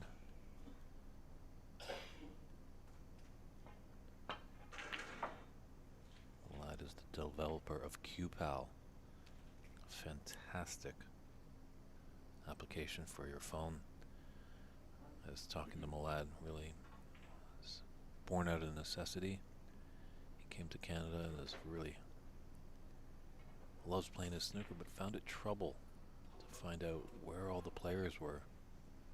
So with his great technical team, developed the QPAL app.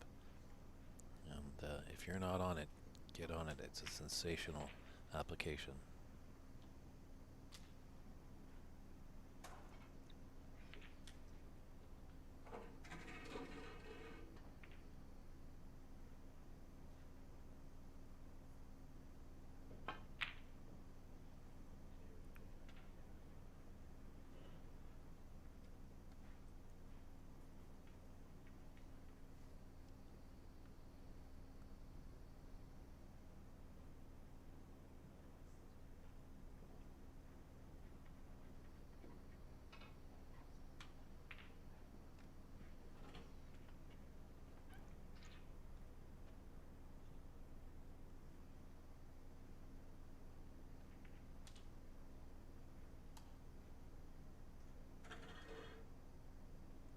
This really doesn't look like a fun place to be for Charlie. So red below the black. It's blocked off to the top right corner by another red. It's a thin cut on that open red by the right middle. If he's still falter, he's going to leave his opponent a relatively easy pot. So just flicking off this red. Looking to get the cover. He's got a good cue ball. To that ball cushion. Just even tempted. Very long red. Ooh, what a shot. As you can see, he played it as a shot to nothing. He's back in bulk.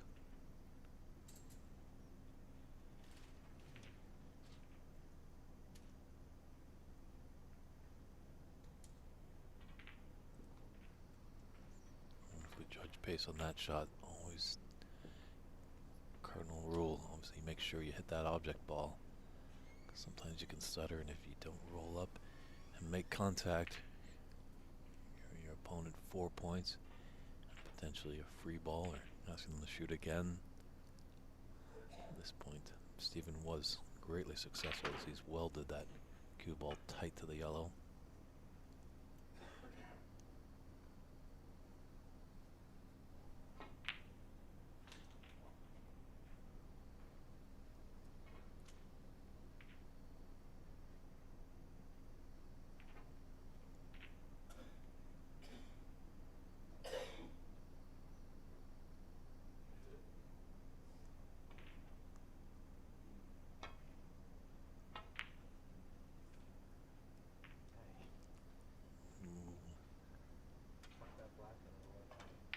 Let's have a look at this. That's 7 big points hitting that black.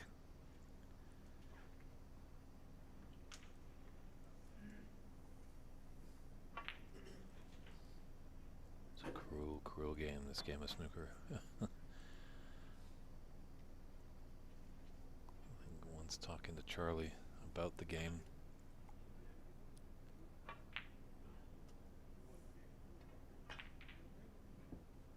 Discussing, I was asking him, why you get into this game of snooker, Charlie? Well, he's like, the frustration, the anxiety, just mental destruction.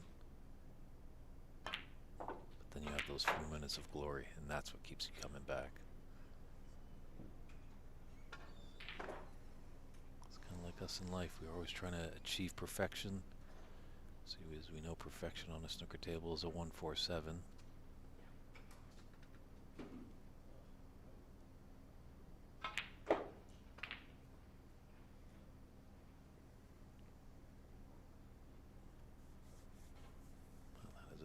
Feat to achieve, taking 15 reds with 15 blacks and running the table with the colors.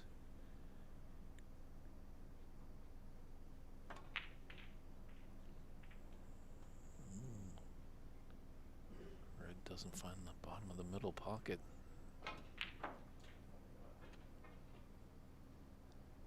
Stephen just stunned in disbelief.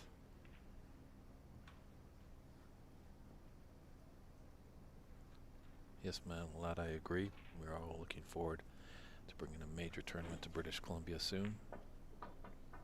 Definitely are on the beginning stages, creating an association out there. Lad's done some fantastic work, as well as Gordon Wu and Vineet Desani. Great team up there. definitely starting to grow. Way back when I got kind of restarted back in the game in 2014. There's only one room in the area where I live in British Columbia in Vancouver. A place called Top 147 in Richmond. Owner-operator Jonathan's son has 7 tables there. Usually the site of most of our tournaments in the community up there. And within the years, we've seen more rooms open up rather than closing, so that's always a good thing.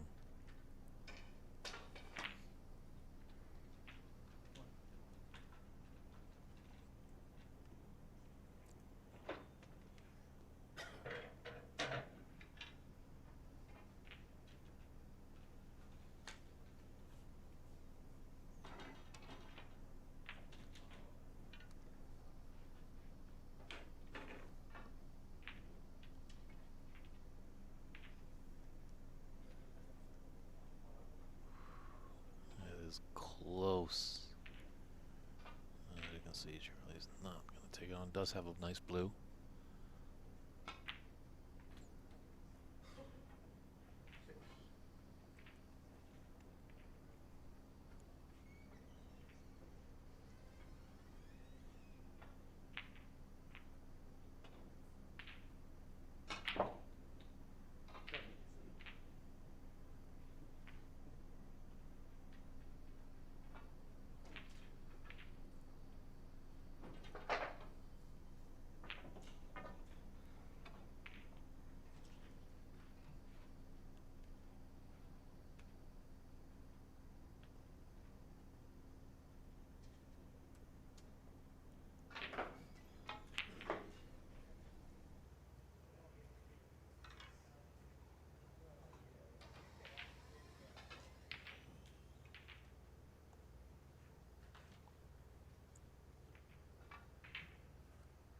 Definitely a tricky blue, just wants to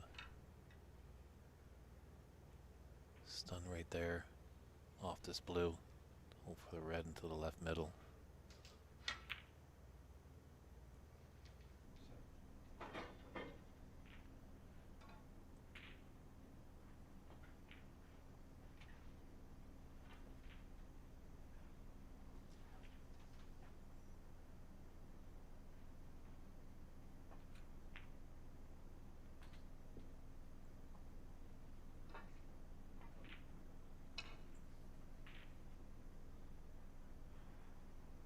Just be a little straight on this black into left middle pocket.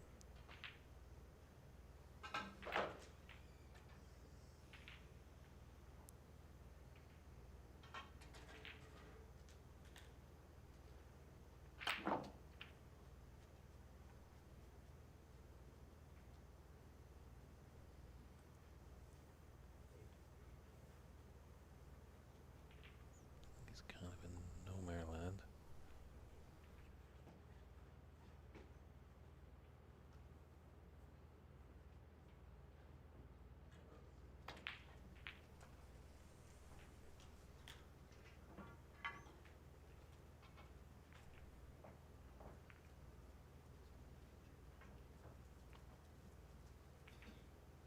I think he can get to the potting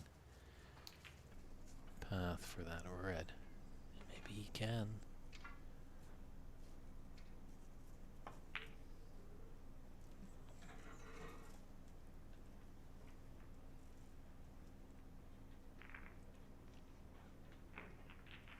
Yeah. Path wasn't there to pot it into the left middle, but not sure if he was taking it into the yellow pocket.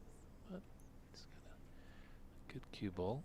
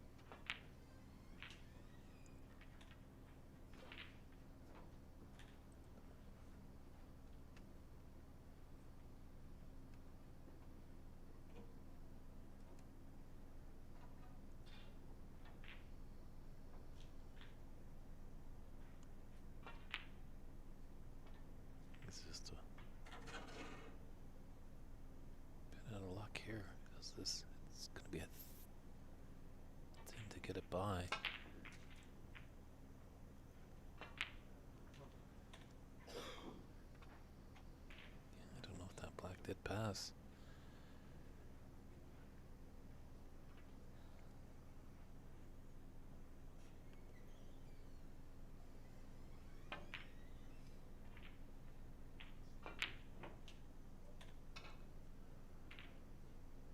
Stephen Lee slowly inching towards the winning line. Going to carry on the break here, it looks like. Oh. Done nicely to use that green to get him tightly behind the brown, but Mr. Brown in a bit of trouble.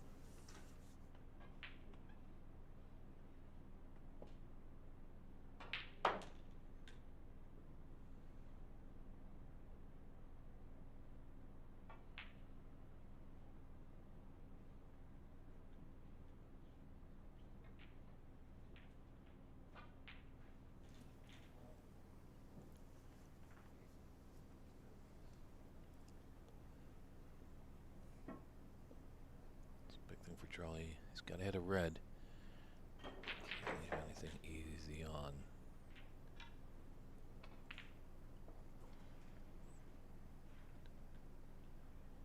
You give Stephen an inch, he'll take a yard.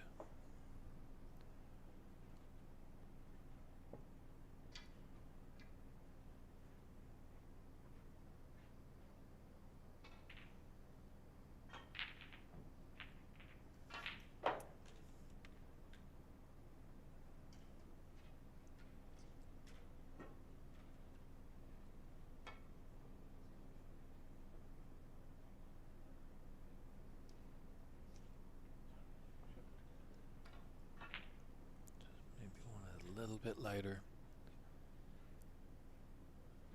Because there where it was going to the right middle.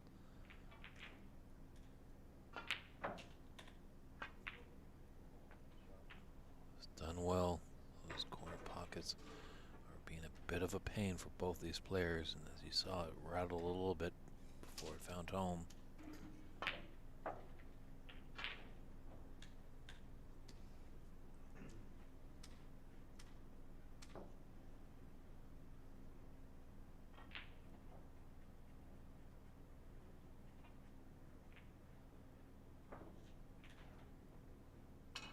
I don't think there's a pathway past that pink.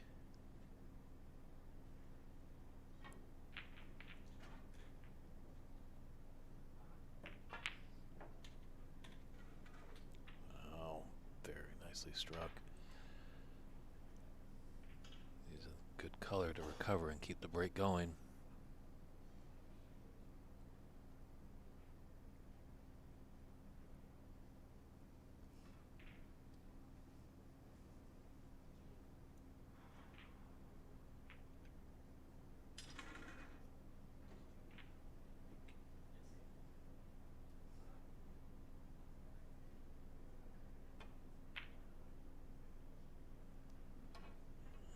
Those middle pockets just so tough.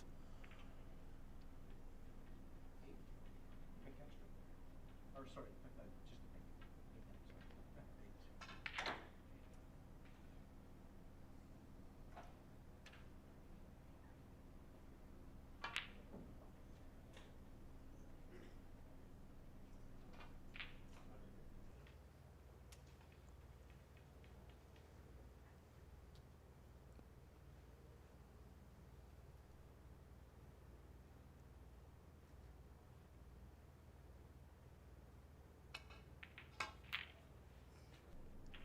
It's a nice long red there by Charlie.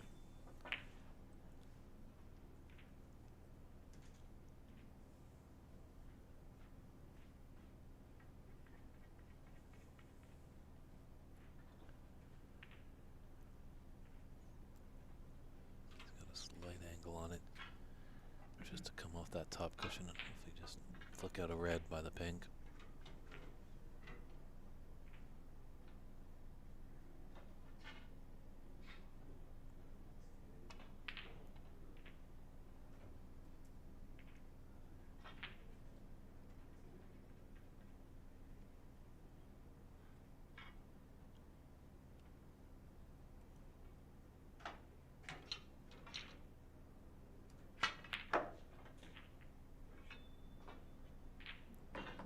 struck. That's not a slam of frustration. That's a tap by his opponent saying, well done. Good shot.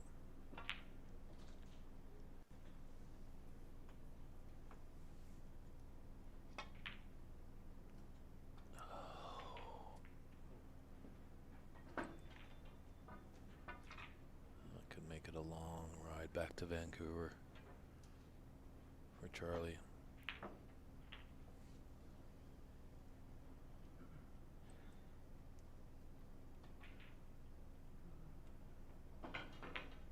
The great Simon Barker put this table together. It was a table that was in the 2024 Saudi Arabia Masters as well. Ronnie O'Sullivan in 2025 had 2 maximums on this very table. One difference might be as he was on a number 10 strong cloth, where this is super fine cloth. Superfine is usually the cloth that room owners will get. Gives you that professional condition, but durability that it can take the various players that come to enjoy this great game of snooker.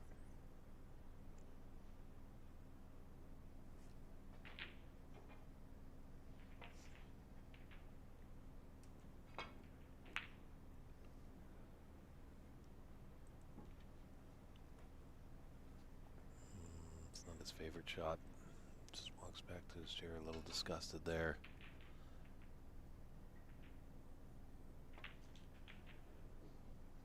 Stephen Lee will happily see reds disappear off from the table.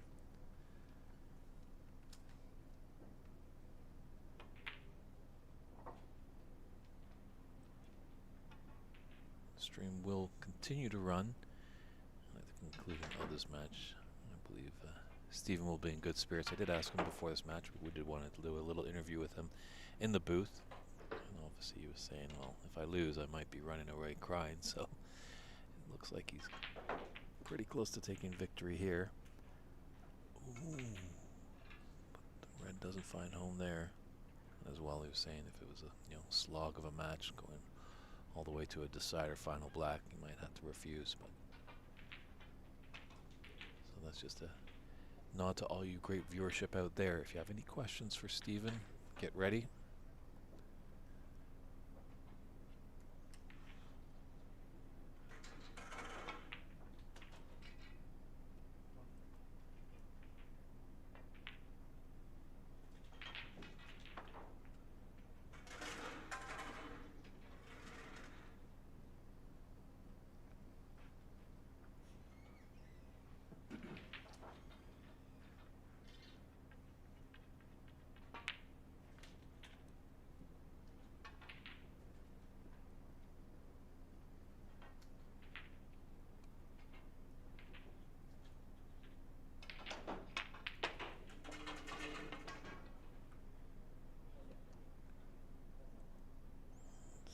Put a bit too much side on it as he snookered himself. Really just needs one snooker to tie.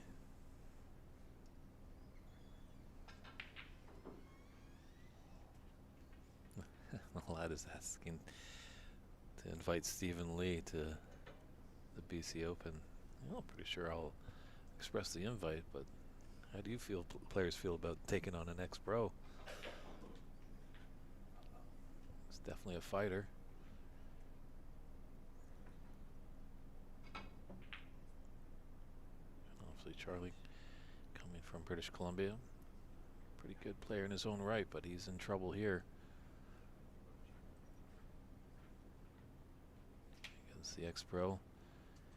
Time in the 2001 season, Stephen Lee was high ranked, 5th in the world.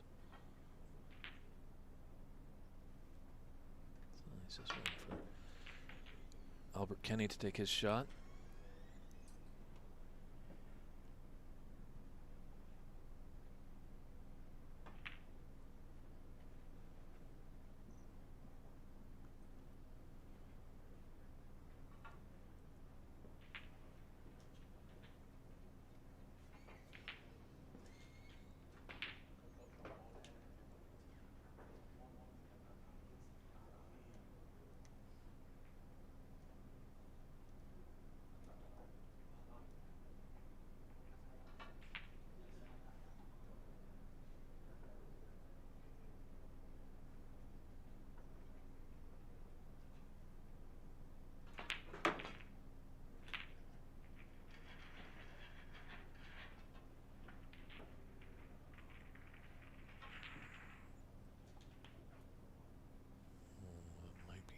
His last shot is a tough long yellow. It's not a gimme, but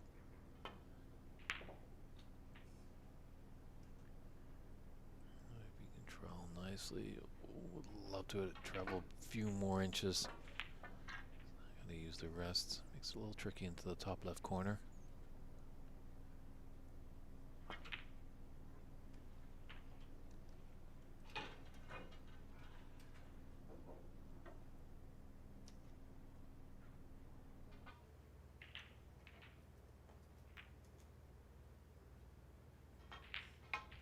Alright, Stephen, finish it in style.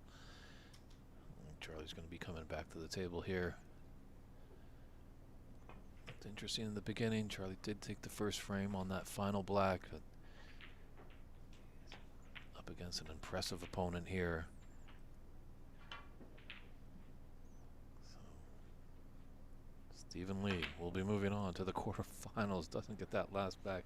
A little bit of trickery, but 71-20 is that final. And that frame there, look at that. Handshakes and hugs, both great competitors of the sport. Stephen Lee takes that match 4-1 and punches card into the quarterfinals. They are scheduled to start at 2 p.m. on the West Coast, but definitely check back with us at 2. We will give you an update as we've made the rule that when the last match concludes on the Sweet 16, we'll give a 45-minute buffer until the matches start. So, for instance, if a match comes to a conclusion at 2:15, probably the quarterfinals will start at 3 p.m. So that's just a programming note. But as well, we will be stepping aside for a few short moments, and hopefully I can get Mr. Stephen Lee into the booth for a great little interview. So get ready with your pen and paper and those questions, and stand by for that.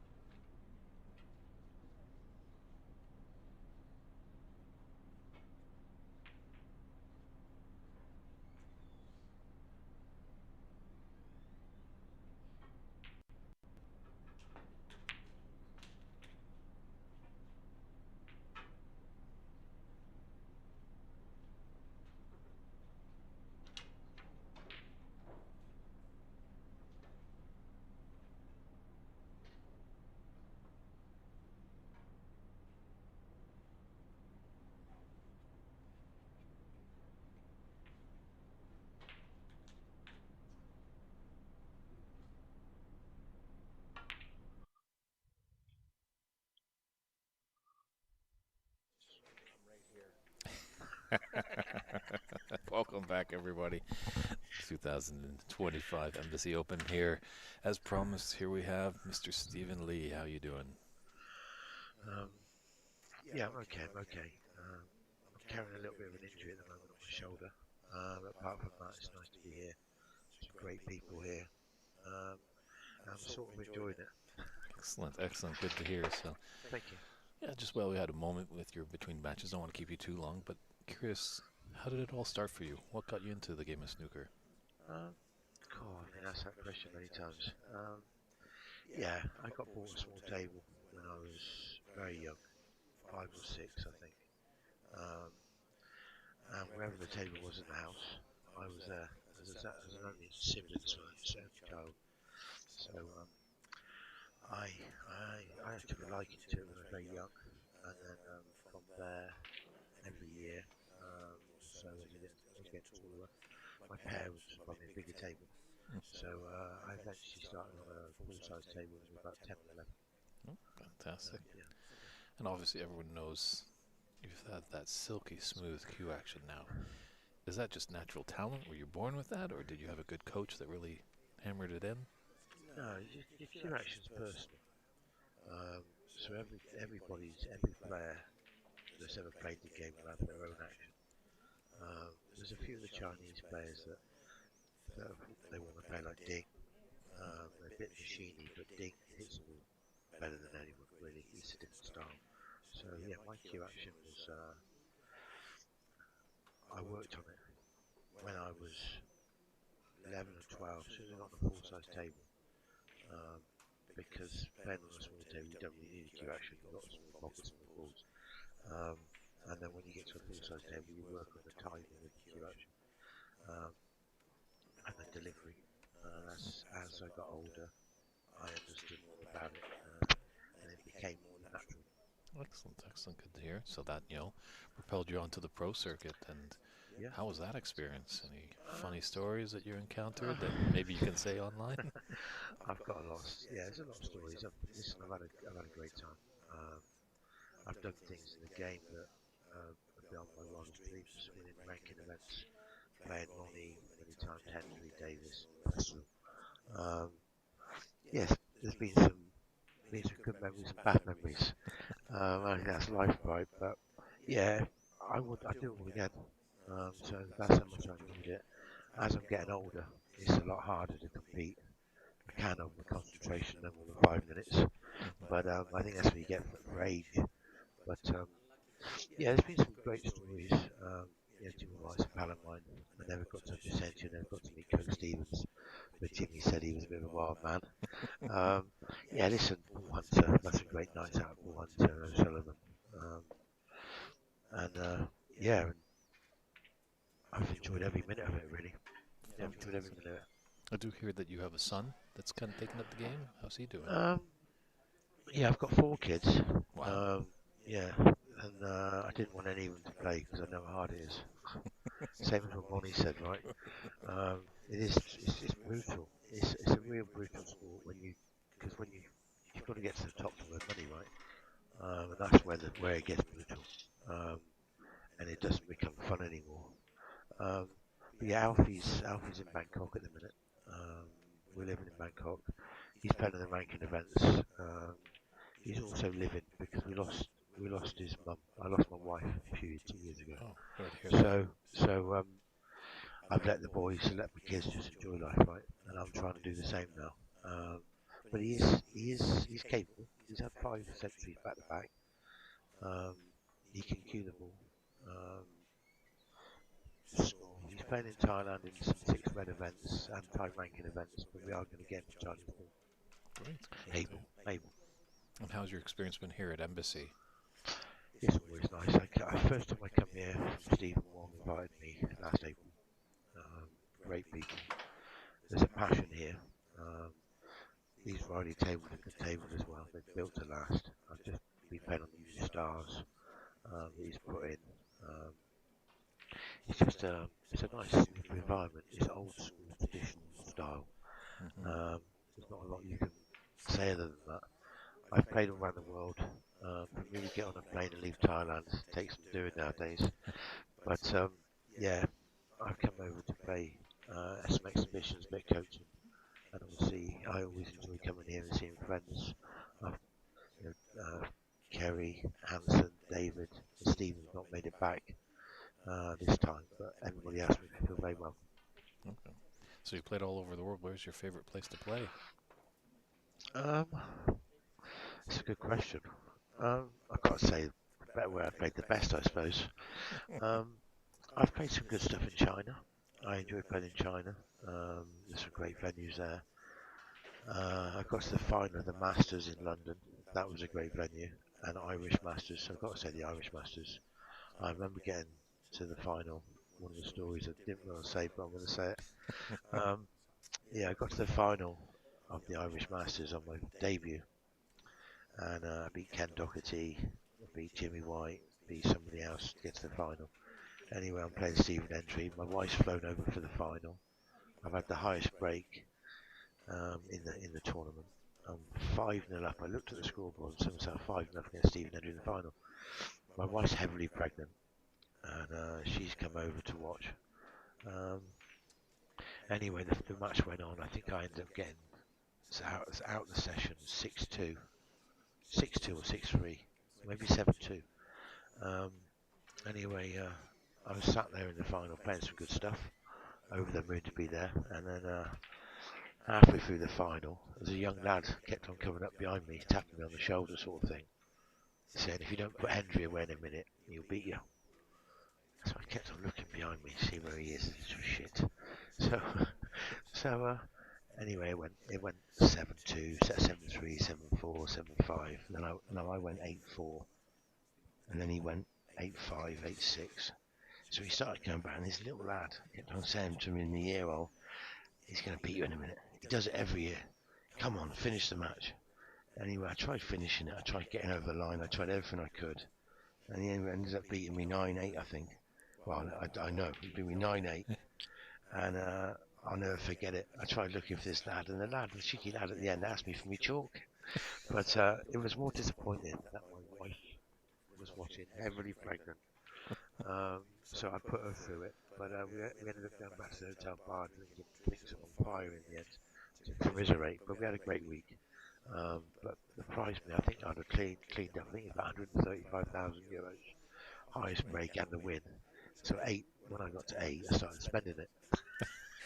And obviously that's why I didn't go over the line. Hindsight's a wonderful thing. But yeah, it was a pleasure playing Ireland. Gosh, playing Stephen Hendry in front of 1,800 people. Very Do you good. still keep in touch with all those players? Because A we few know of that. them. Yeah, a few of them. Yeah, a few of them. I still speak to a few. Um, yeah, over the years, I've worked with a lot of them, doing exhibitions and bits and pieces. Still see a bit of Jimmy White when he's in Thailand. Matthew Stevens will be a friend. Um, John Higgins I see a little bit of, speak to a little bit. Not very often, but have done. But no, life's changed. Life's changed for me. I've got my own business, doing different things. And like I said, when I've lost my wife, um, life's changed. And I'm just trying to enjoy every minute now. Hmm. Good. Okay. Well, we've opened it up to our stream, just seeing if anybody has some questions out there for Mr. Stephen Lee. Looks like our friend Malad Sonjay is curious. Are you going to play on the Pro Tour again? No, no. No, no interest. No, I just said it. Listen, it takes a lot out of you. I enjoy playing exhibitions. There's no pressure on exhibitions. Um, playing in tournaments. I've had enough of playing Ronnie O'Sullivan. Who wants to play Ronnie O'Sullivan, eh? It's not me. I got invited back. I get invited back to the UK this year, and I'm getting invited back next year. But you know, I couldn't beat Ronnie in the heyday, so I've got no chance of beating him now. Um, and my wife never wanted me to play again. The way I was treated many years ago. Um, not for me. Not for me. Hey, Chinese pulled the way forward. if you're comfortable in life, why not change it? Yeah, exactly. It's whatever. It's a balance, isn't it? A bit of happiness is due. True, true. Because it definitely is is it a battle we see? You got to put Yeah. like almost 110% in this game if you want It's very hard. success. So, Yeah, snooker's brutal. The hours you've got to put in solo practice, you've got to keep doing it. It's brutal. do you think this game will get into the Olympics someday? No, No. Okay. no, I don't see snooker getting there. I think Hable will be first. I think they'll get Hable in. I don't mean it nastily. I just don't think the players have got the time after the circuits, the heavy circuits they're playing on, travelling. They're all trying to earn for their families. Um, I just can't see it. I just can't see it. I think Hable will be the way forward Okay. for the Olympics. Okay. Well, seems like we don't have many questions coming for the chat, so I just got two more questions for you because I'll let you go because I know you want to get lunch because you got to get into that quarterfinal match. Are you going to come see us in Canada? Listen, I'd love to. I'd love to. I've been approached a couple of times to come over. Next year will be the time. I'm coaching the Thai national team at the moment, and they're a great bunch. The Thais, you know, I'm working with James Button, is a mate of mine. Some great talent, Mink. Some really good talent girls as well. There's Mind and Gel, and a couple of others. So we're going to get the SEA Games out of the way in Thailand, hosting the event in December. And see what my commitments are in China, and then take it from there. But I'd love to. My daughter's always wanted to come to LA, and she always wanted to go to Canada. So maybe I'll look to do something in July next year. Well, we've definitely got a good community up in Vancouver, British Columbia, and the surrounding cities. Wow. So Well, keep me in mind. See if the players want me or the club owners want me, let me know. I'd love to come over. definitely will. I should get your information. I can pass it along to those people because there's a lot of people that were back home talking to me, and I was coming down. They were really excited. Well, I've just spoken to one of the lads here, and I spoke to you obviously about Jim White, Elaine Robidoux, Cliff Thorburn. You've had some class players over the years. I missed out on a trip a few years ago. My wife was poorly, right, and I couldn't do nothing about it. It was penciled in to go, and then my wife fell ill, so I couldn't go, obviously. But those players, Elaine, was good friends and very skillful Canadians, very skillful Just players. had a battle with a good I Canadian character, Charlie Brown. I know. He's just said Elaine says his best wishes to me, so that was quite nice. It seems But, like there was more smiles than potting in that match. It was. I wish I'd stayed in bed this morning. That's the thing. I'm jet lagged up. I'm heavily jet lagged, and also carrying a bit of an injury. But we're fighting. We're fighting. Fair enough. Fair enough. Now this is a hypothetical question. Are you a fan of cinema? Do you like the movies? I do. Yeah. Okay, so I always like to ask these people the hypothetical situation between Jack Palance, if you know who that is. No. Okay. That might hurt this question. Okay. Lee Marvin. Yes. Okay. Jack Palance was in City Slickers. Yeah. There's that guy named Curly. So I asked people in a snooker match, who wins, Jack Palance or Lee Marvin? Toughest question you had to ask? Wow, look. This game's hard, right? This game's brutally hard. The pros make it look easy. Yeah, I don't know. I mean, it's one of those. Is it Lee Marvin? You said? Yes. Yeah, I'd say Lee Marvin. But yeah, the game's brutal. It's a big table, right? 12-foot table with some balls on it. Some days those balls go in the pocket, some days they don't. So it's a matter of who thinks the best and clearest on the day, you know. But yeah, that's quite a good question. I've never been asked things like that. Well, hope you're enjoying the rest of the tournament, rest of your time in LA. Yeah, Thanks for thank you. taking the time to stop by. Really Thank you very appreciate much. all your insight, stories, and Thank great to hear. Thank you very much.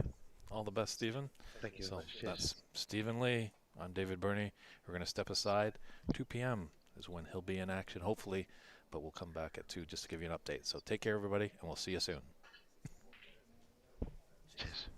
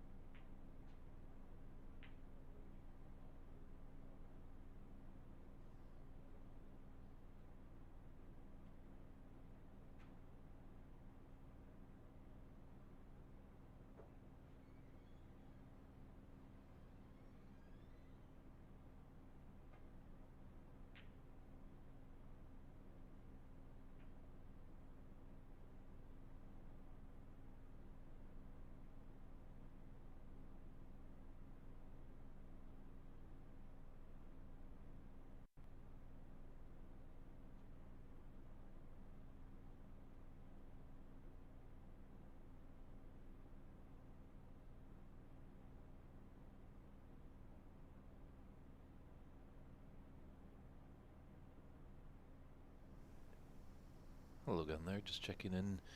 Just had a little bit of lunch, ladies and gentlemen, and Morven147 just asking about when the next match is starting. And there is another one. It's looking like it's potential at 2 p.m. Pacific time, 2 p.m. Pacific.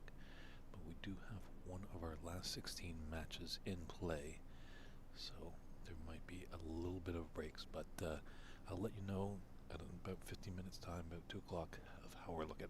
Thanks, everybody.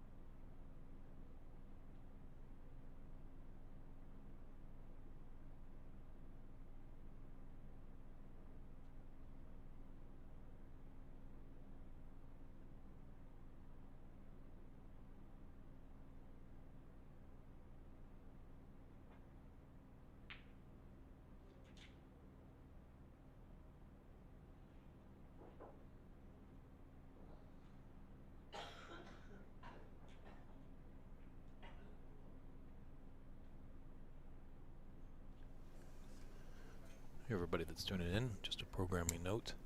We'll be delayed in getting to our quarterfinals as we still have a match in our last batch of 16. They are on decider, so probably with that 40-minute buffer, looking like about an hour and 15 minutes could be away as we're just about to start decider. We'll give them probably about 30 minutes with the frame, and then that 40-minute buffer. So probably maybe check back with us at 3 o'clock, and I can give you a better update. Thanks, everybody. See you then.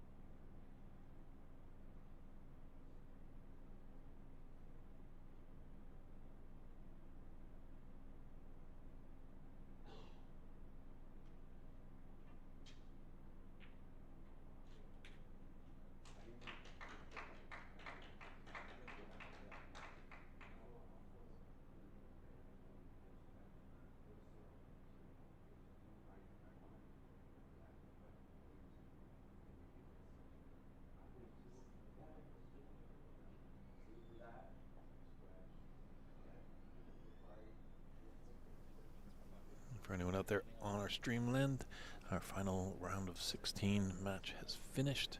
So we are going to be coming back live on the stream with some great snooker action of this 2025 Embassy Snooker Open at 3:30 Pacific time. At 3:30 Pacific time, our featured match will be Stephen Lee taking on Norman, our referees as well. So that should be an exciting match. So feel free to get a cool drink or something to eat, and we'll see you back here at the Embassy Billiards Club in San Gabriel at 3:30. Take care, everybody.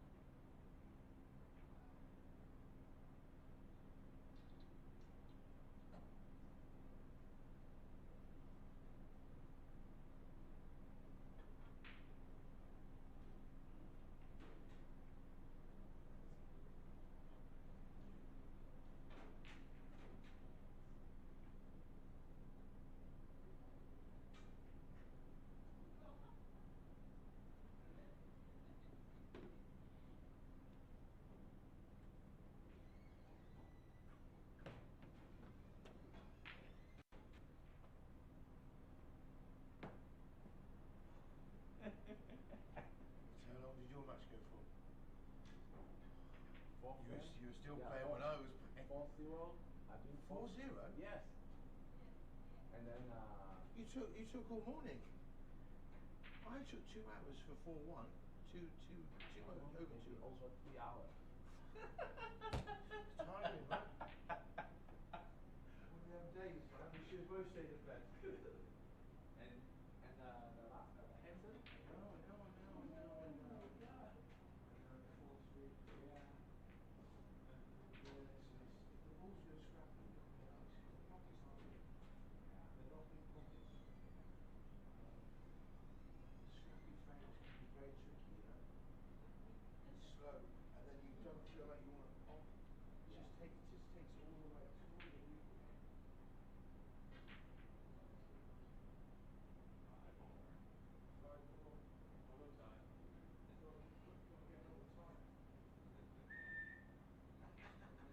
Foul.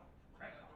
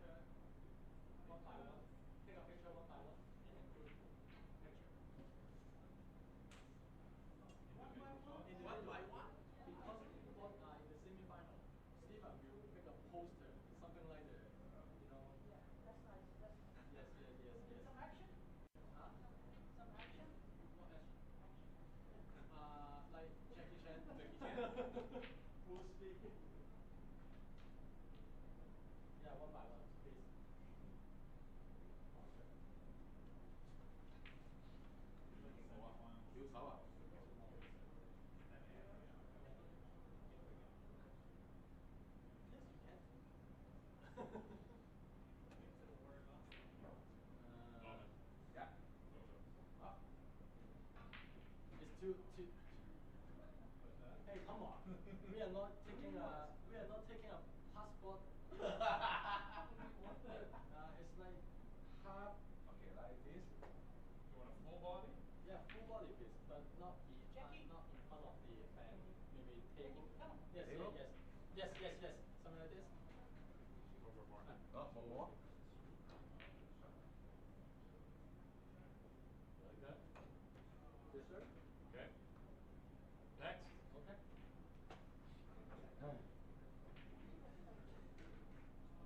Stop it. Next. Okay. Still some Chipotle on my top Nipple tuck. Next. Hang on, let me hang out. I took in my go here. There you go. Picture please.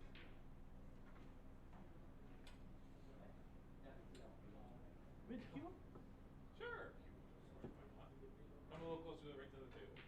Reach at the table. Right for the light, yeah? Yes, please. Thank you. Perfect. Perfect. Excellent. I would like to see. Perfect. Big smile. Next. Tanker.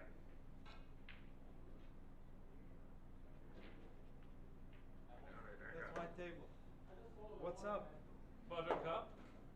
How Can you you want say the, that? how you want the position? Anal. Like that? Perfect. Is that better with the head? No, no, see it.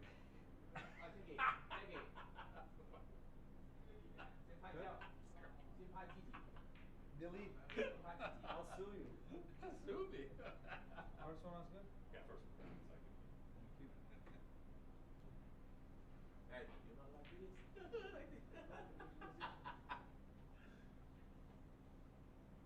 Go, Jackie. Come on down. Come forward right to the table. Oh, sexy, man. Perfect. Thank you. Thank you. You're like a class photographer. Come on, macho man, give me a smile. We go. Classy. Beautiful. Thank you. Is that everyone? Who else do we got to do? And then the group. Lord. And the group. Yeah. And the I group. think Hey, Laura and, needs to and, come hey, down. Laurie. Lauren? Laurie, come on. Take a photo. Come on. You playing on these four tables, yeah? So you've got to take the 1, middle. 2, 3, and 4. Yeah, that's perfect. Right here, sir. My hair good? Oh, it's More come right to the table. Close to the table. Right to the table. Look at that. Jeez. I don't see this guy in hell. Perfect. Who's this model?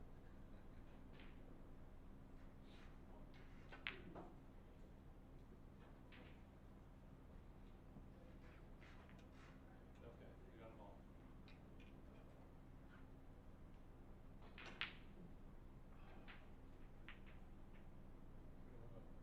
We're gonna do a group. We're gonna do a group thing.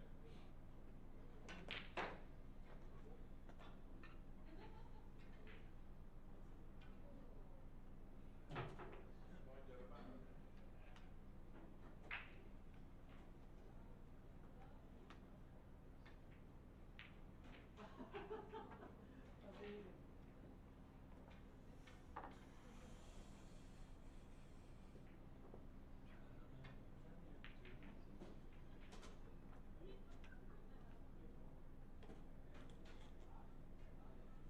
Do you want to hit a few balls? Huh? Do you want to hit some? No, you wanna? Oh, what? Yeah. One or two. Yeah. That'd No be problem.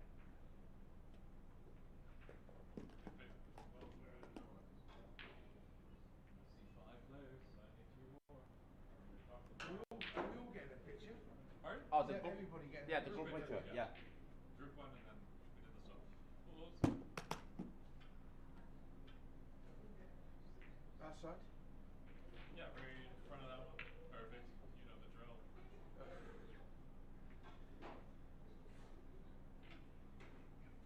Who we were missing?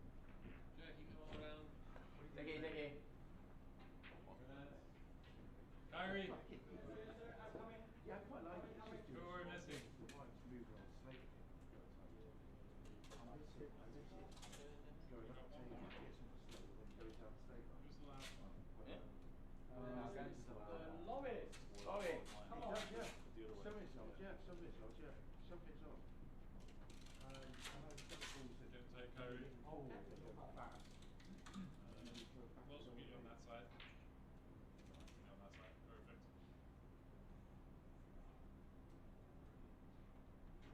Stoic and tough. Very nice. Or as I like to be artistic. Keep looking straight. This one again. The birdie shot. Ooh. Come on, you guys. This is sexy stuff. Do one for the ladies. Go crazy. Thank you. Good luck, guys. Good luck, boys. You're not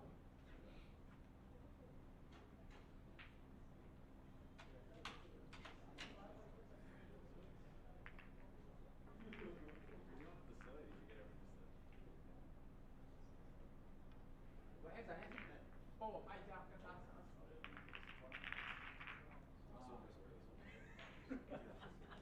They know everybody. Nice fucking shoes. That dress good?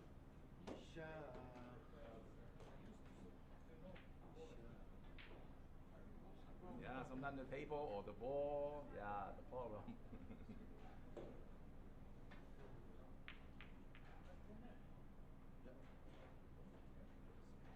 Can you take a photo of Yeah, you? I'm just going to hit Yeah. yeah, take a picture.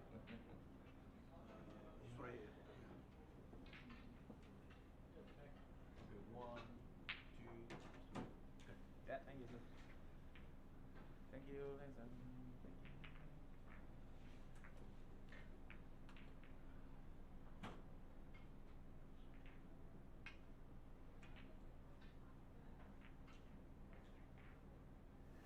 And welcome back, everybody, to the 2025 Embassy Snooker Open here in San Gabriel, California. Glad that you're tuning back in. It's the quarterfinals. We're down to only 8 players left. who will move on to Championship Wednesday. We will find out. Our featured match right here is Stephen Lee of England taking on Norman from Hong Kong. It's a best-of-7 affair. Both players are just doing their pre-match warm-up practice routines, and we'll be probably getting underway in about 5 to 10 minutes. So go get that cool drink, and we'll see you back here at the championship.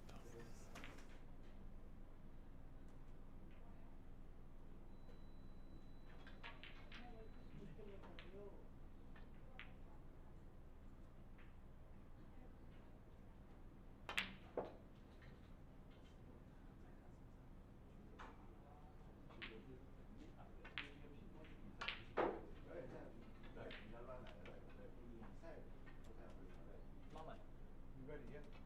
Yeah. Already? You don't practice? No Are you practice. sure? Of course lah. Okay. Do you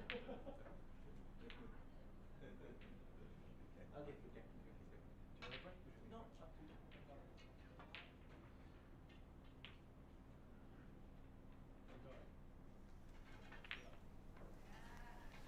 And their pre-shot routine, or practice I should say, is finished off, and Stephen Lee is set to break off in frame 1. It's David Burney in the booth. Glad that you're joining us here on the Ox Billiards and San Gabriel Embassy Billiards Club YouTube page. If you have any comments or questions, do chime in as the chat is lively. Great feedback this morning, great questions, great support for both the players, Charlie and Stephen. It's time to see who you're supporting here.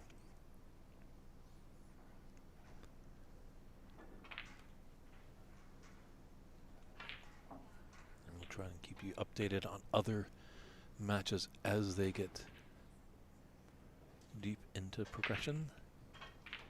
And our good friend Rob Richards over on the OBSA YouTube channel, looks like he will be taking charge of the Sharam and Jackie Wee match. But right now it's Stephen Lee in first.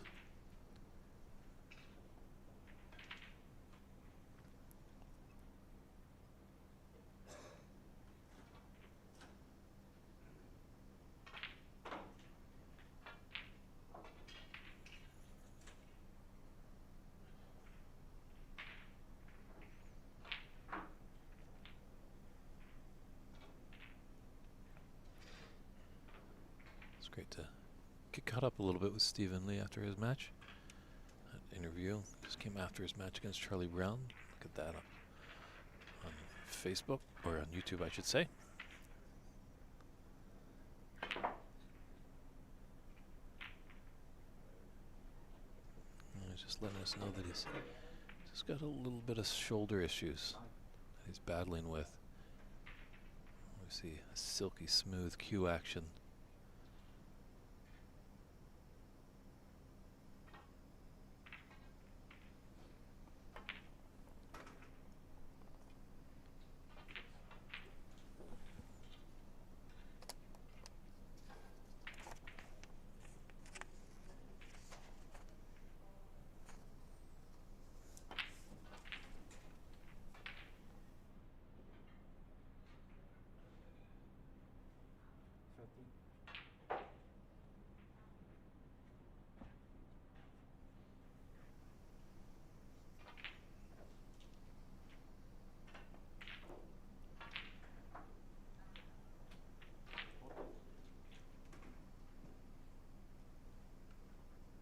No Rivad.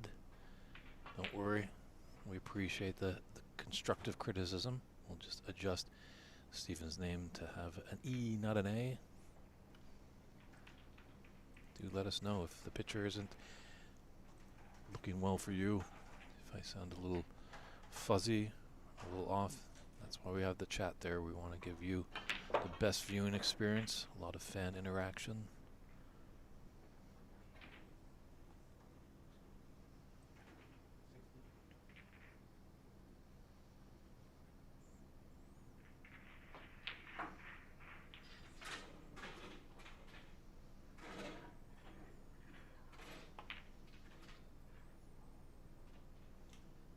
This is a great opening statement here by Stephen. All these players have had a match earlier today, so everyone's warmed up. Don't have to fight those morning cobwebs.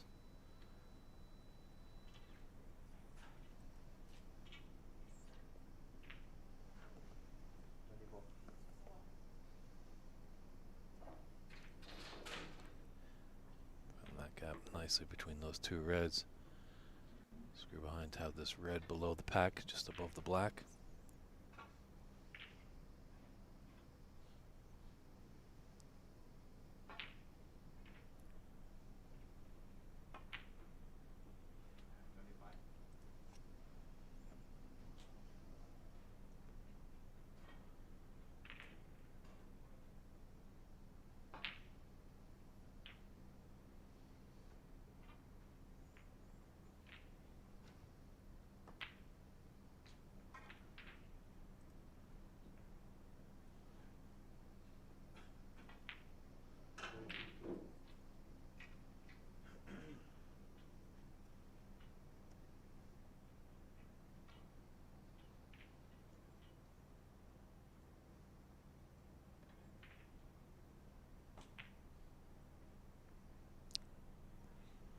It's a tough cut.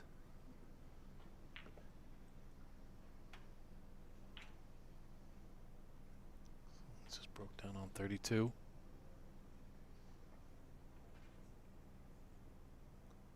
A mid-range red here.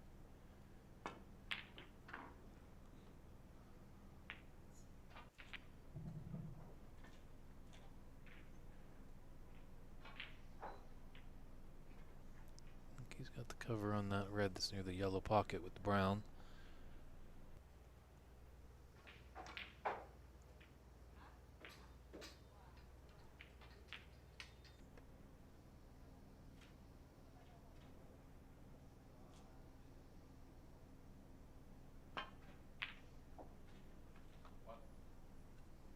Great long pot there by Steven.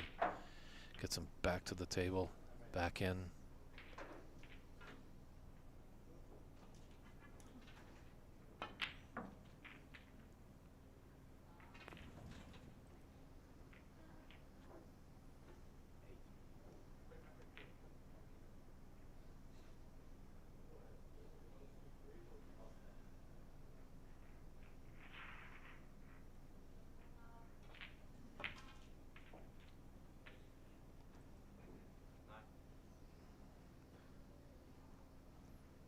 Pincher says 1,000 words there. Just drops his head. As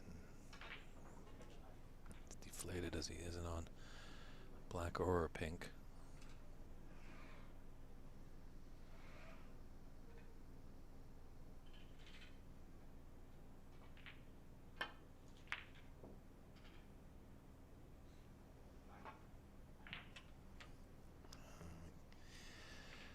Just heavily disappointed as he knew he had a good chance there to get the first frame. His reds are opened up nicely, both pink and black on their spots. So Norman is a good red here.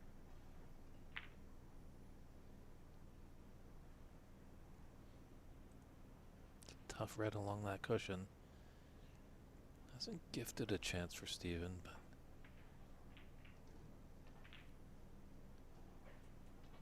does have a red into the right middle.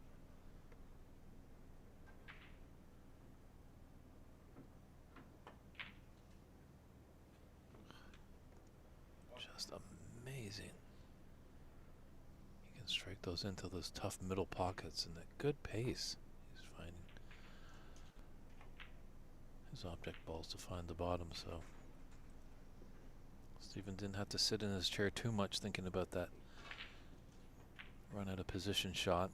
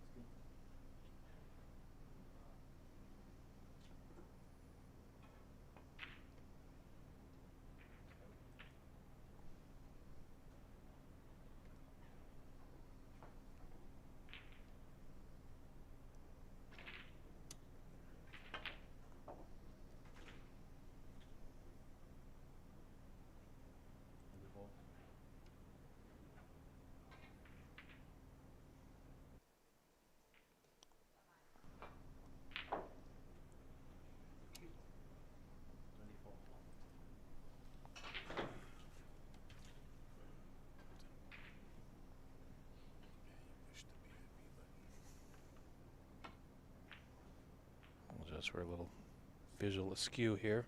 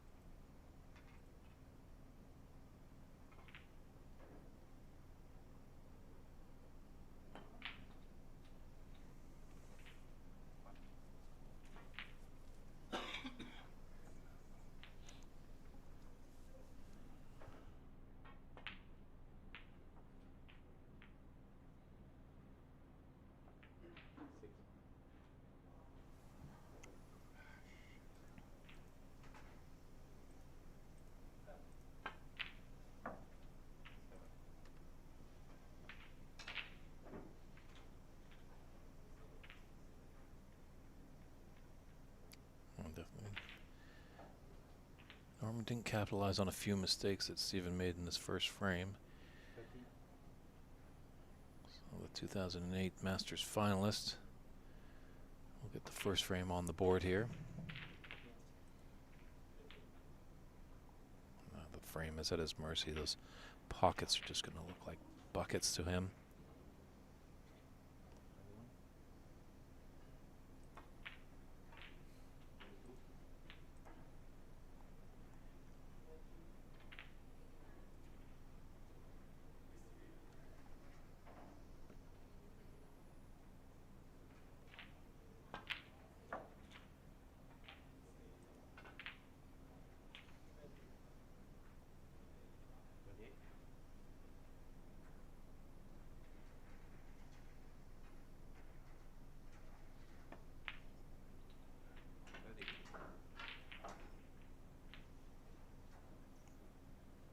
All the other colors are on its spot after the screen goes down.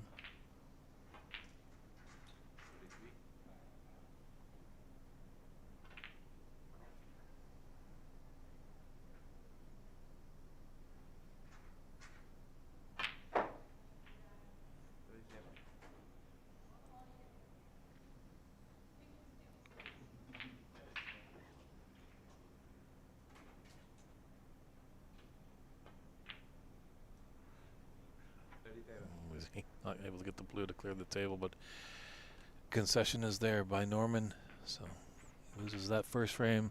Let's see how he responds in frame 2, and we'll be right back.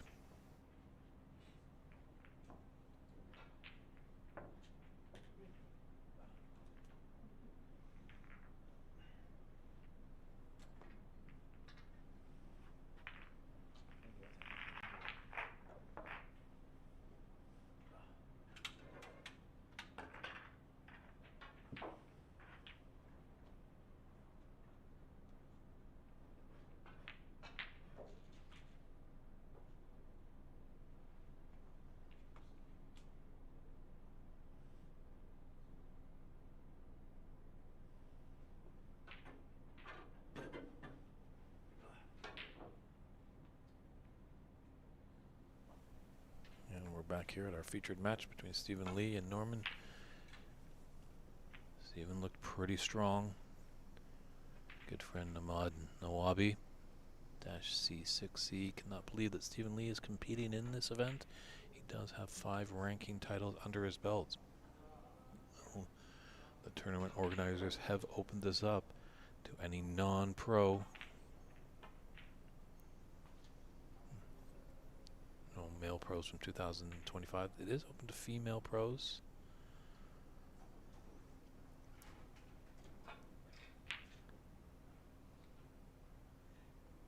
But, you know, tournament directors and organizers, they put the stipulations too, and all the players agreed. They knew that definitely Stephen's a tough customer.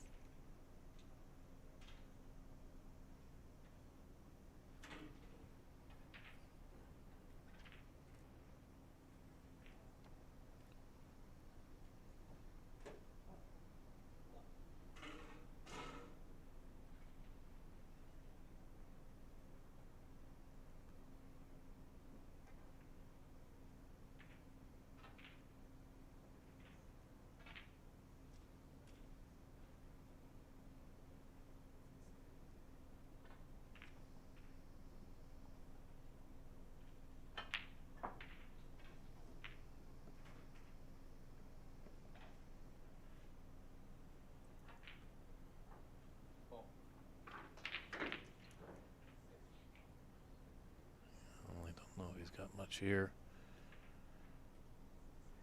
You're just going to run in high, clip off this red.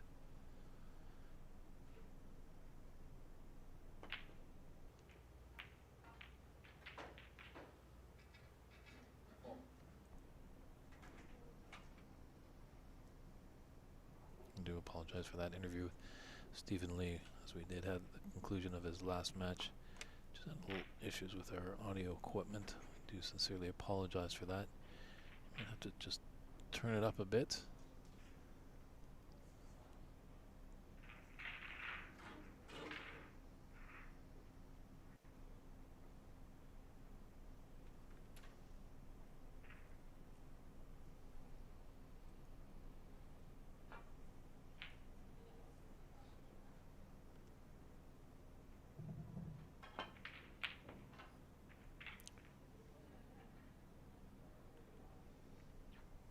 Now here's a chance for Norman.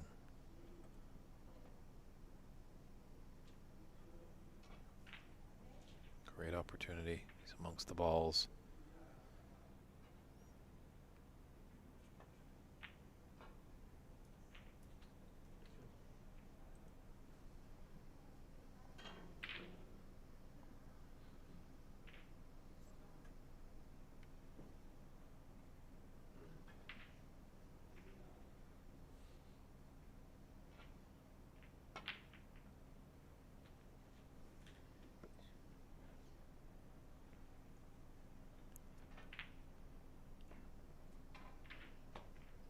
He might have ran just a bit too far.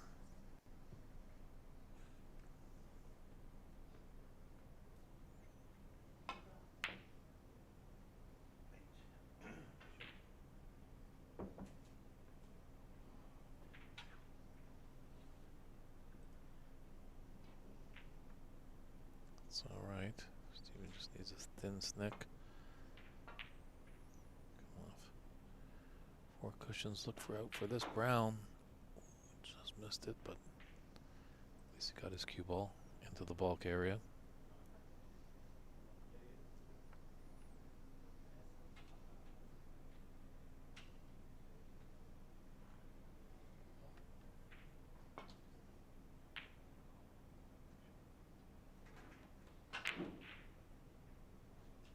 Good response there by Norman. Might be in store for a little tactical affair. Obviously Norman has immense respect for his opponent. Doesn't want to just gift him an opportunity. Oh, wow. What a snooker that was.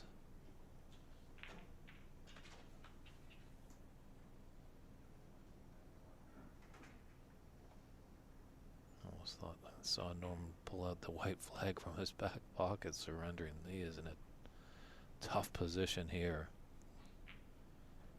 So fortunate enough, there's a lot of reds on the table.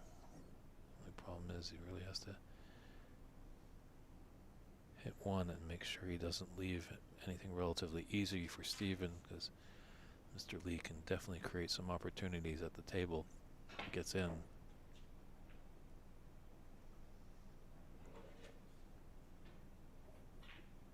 Did not hit a single red. He's not going to put him back.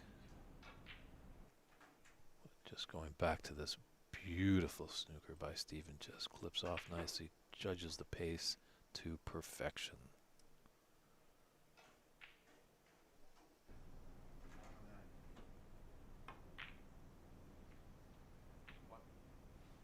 Well done to use that red as a stopper. Red into the corner. Black ready to go into the opposite, and he's off and running again.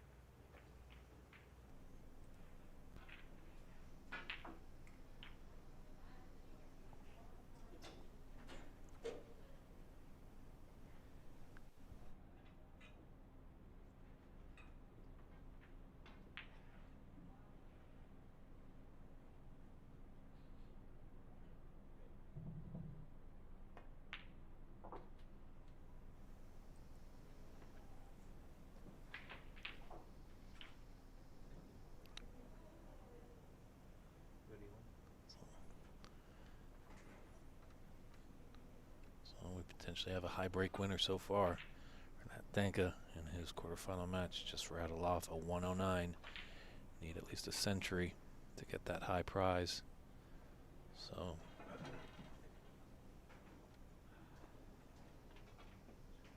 definitely with the caliber of players here, the man at the table right now, Stephen Lee. That high break could fall. Albert Kenny still alive. Sharam from Houston, man that had the first 147 in America. Great little clip that you can find on YouTube.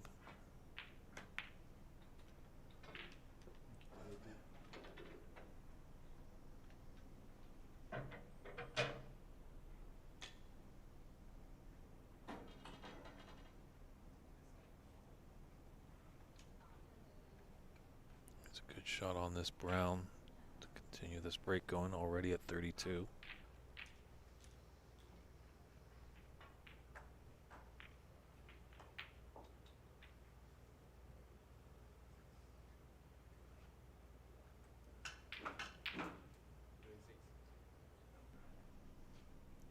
It ran on just a bit too much for him.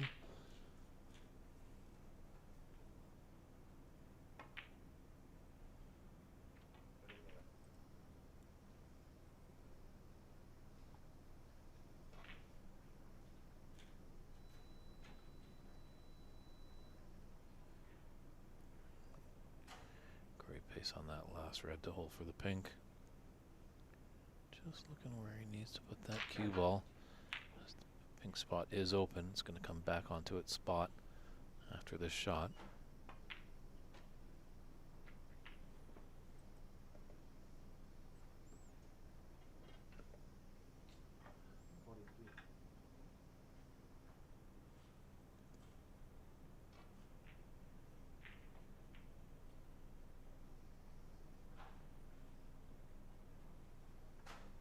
Just might be thrown a little off by somebody in the room.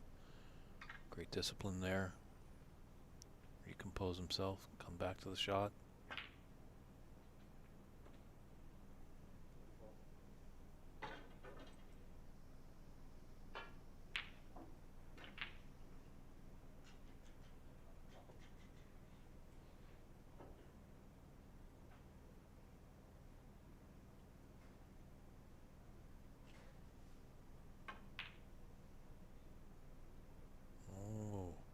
Just coming back. Oh, almost fluked it into the right corner. It's the first middle pocket shot that we've seen Stephen miss. He's usually very proficient at that. Good opportunity now, Norman. Needs to bounce on this. At least clear up the open reds with high value colors. Get them back into the frame.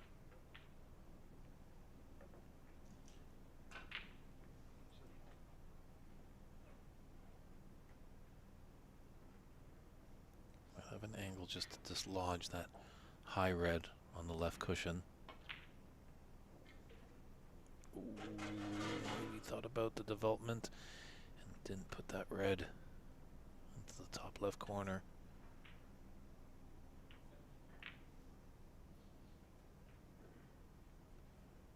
Steven still needs some reds with colors, not at the snookers required stage just yet.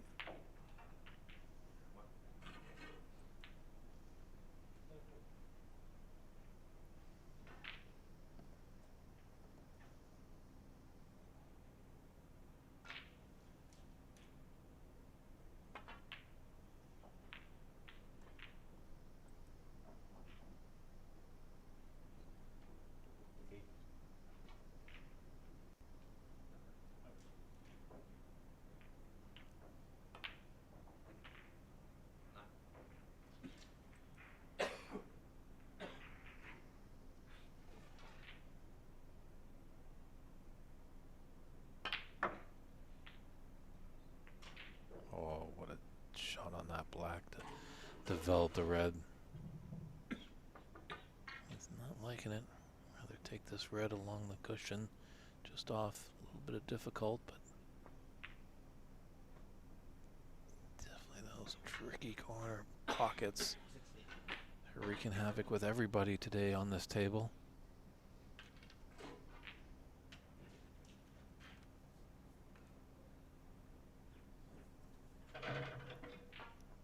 Really, I think would have stopped Raymond coming back to the table. As you can see, he's trailing by 53 points and 51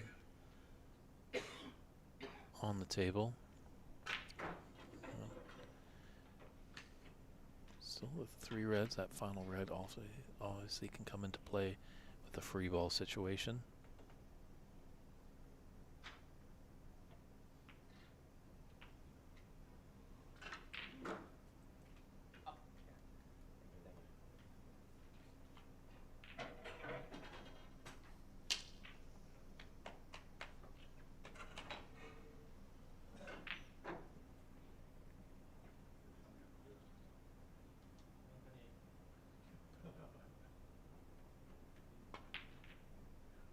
Oh, that's going to be a concession there.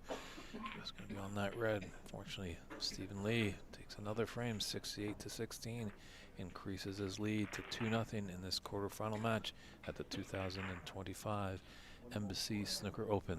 We'll step aside and be right back with frame 3. Okay,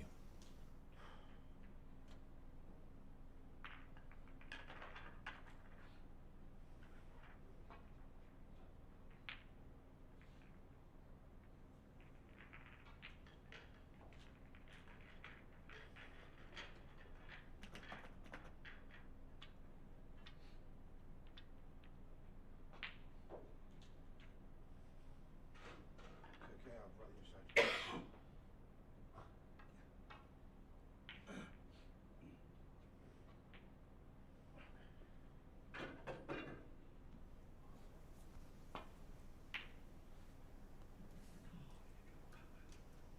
Stephen Lee breaking off frame 3. Norman's got to do something.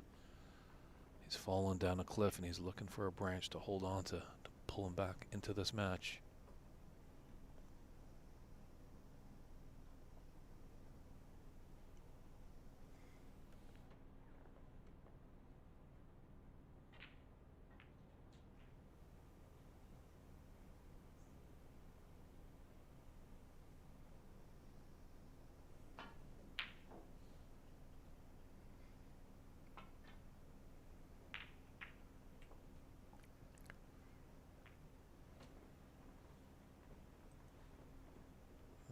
Okay, first glance I thought he might be in a bit of trouble there.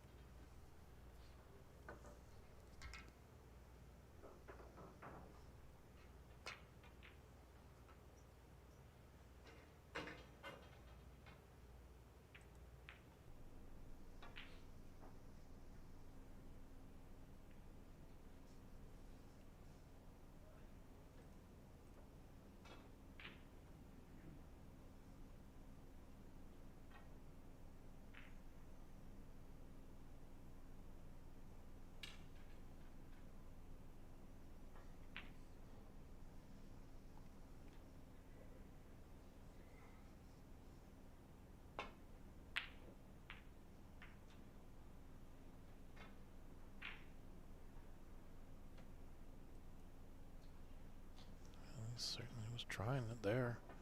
Norman was.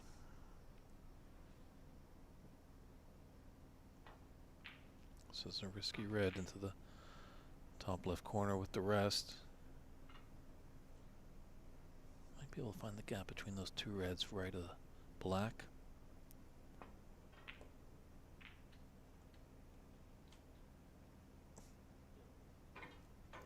A little deflated there he was. Found the gap, found the pot, found everything except the pace. Wanted to be a lot higher on this blue, so now he has to go in and out of bulk. Be mindful of the family colors, as our good friend Marianne McConnell likes to call the yellow, green, and brown.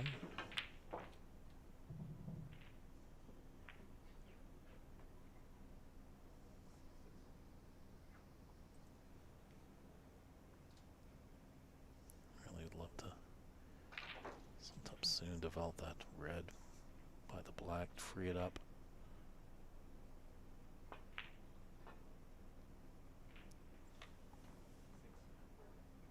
That would have been a wonderful shot there.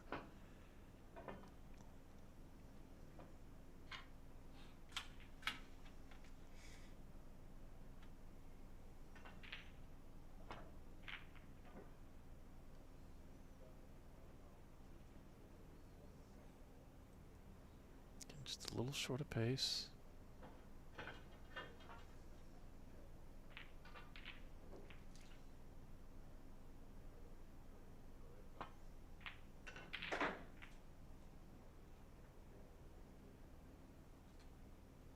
It's a much brighter day here in Southern California. We're in San Gabriel, just east a little bit of Los Angeles proper, but they did have a lot of rain the past few days. Might have deterred a few players' travel plans, as we did have 50 participants. And by some fluke coincidence, we only had actually 26 that showed up.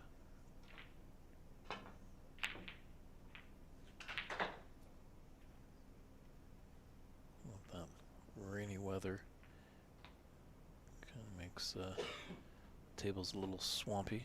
As our good friend Albert Kenny let me know while he was practicing on Sunday evening.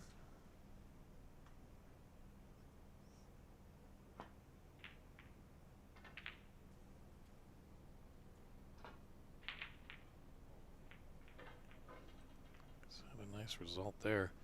It's taking the right side of the table out of the equation.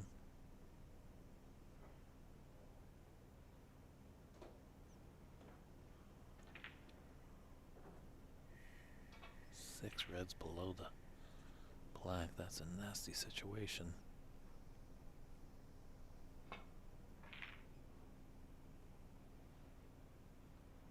Where's that cue ball headed? That's a great idea there. Just a little unfortunate for Norman.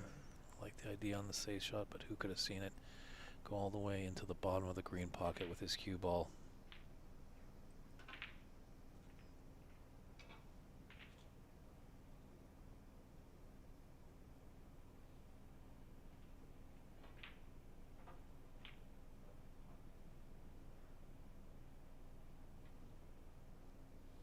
So when you go in a pocket with your cue ball,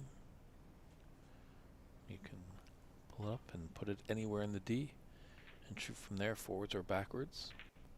Even if you didn't have a shot that you felt, you can elect to put your opponent back in after that foul.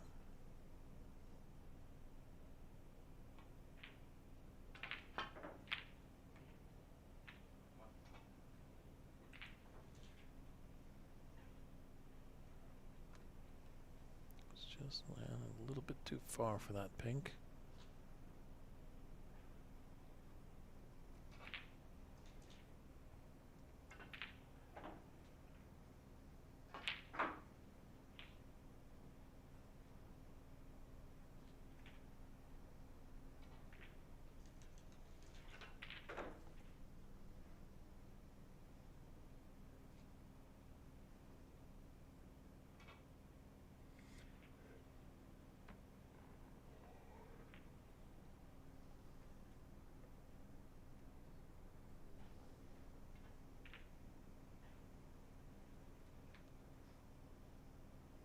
Big blue here, it's off its spot too.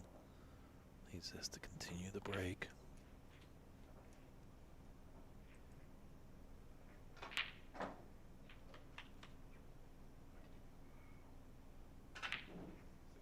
Still alright. It's got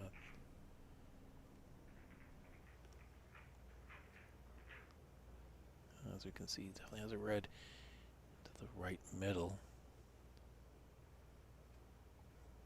Looks like there's a subtle path for that red to go into the top right, but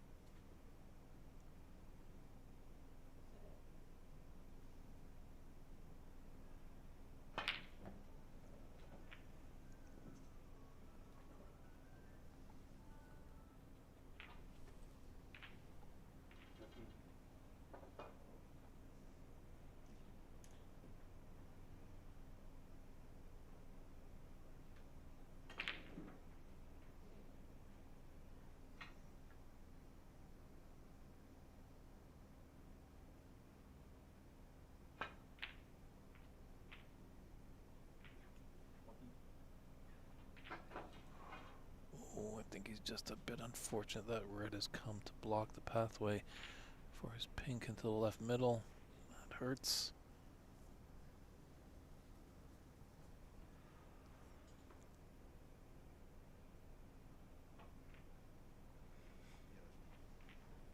If he could stun this blue in, go for that red that's out in the open on the left. Opting for the yellow to bring him back down table, so shots at distance, a lot more difficult.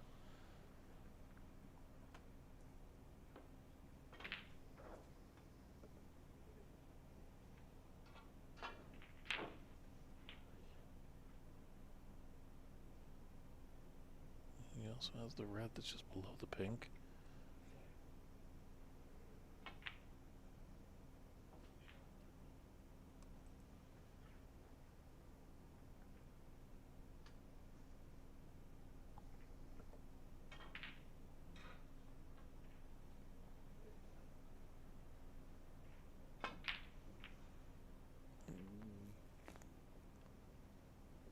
Didn't like the idea. I'm taking that pink, much better than the blue. But just mid-range shot.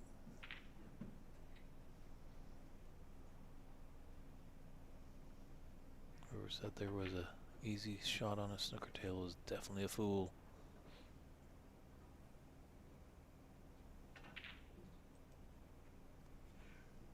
A few inches away and he'd be in nirvana as he'd have that cue ball tight to the green. Giving Norman a chance just to clip off and come back down to the bulk area, and he could be behind the yellow here. What a shot returned by Norman. Acknowledged by a knock on the table from his opponent.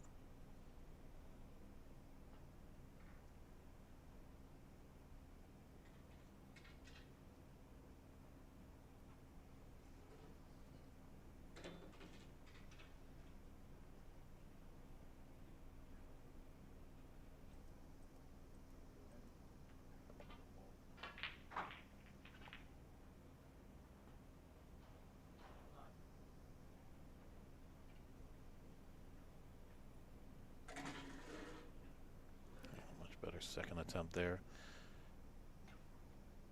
Just left it on, but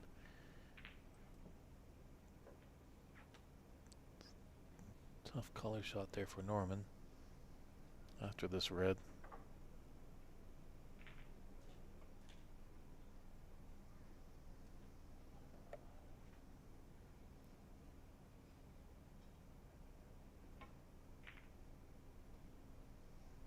I'm going to play a little bit more of the tactical game, but no path there. Pass that blue for the red that's open on the left side.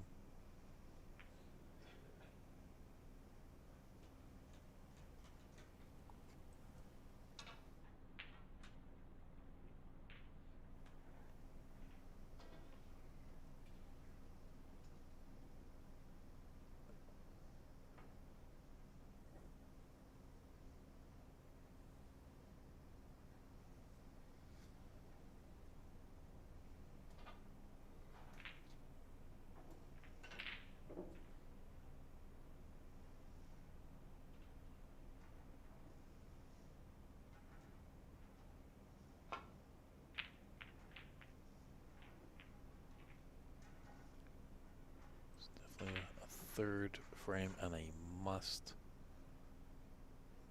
win, you feel, for Norman if he has any chance of putting himself into Championship Wednesday.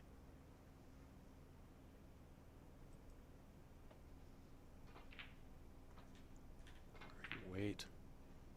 Nicely up against the ball cushion there. Put Norman in a bit of trouble.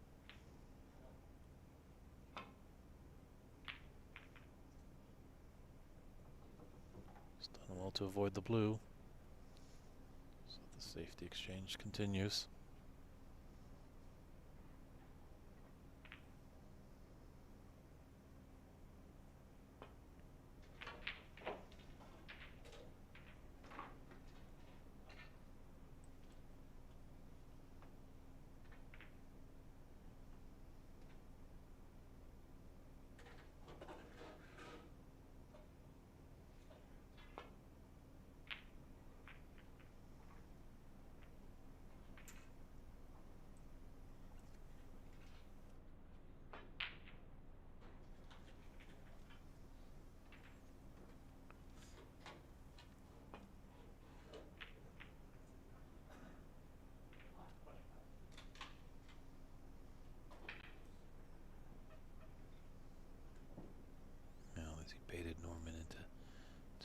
this red.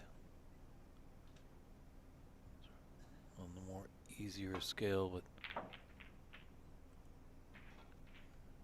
nice, held nicely for the black.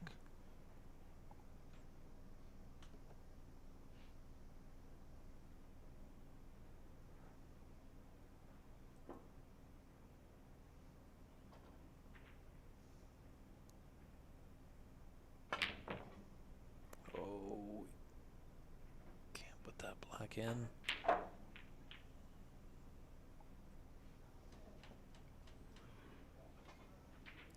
I had to hit it that hard.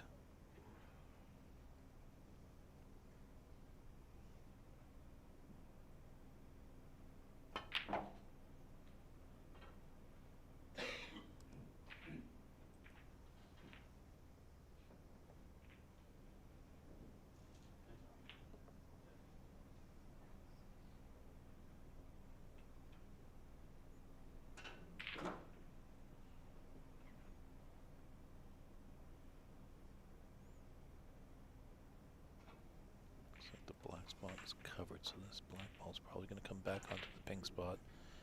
That's very advantageous for Steven.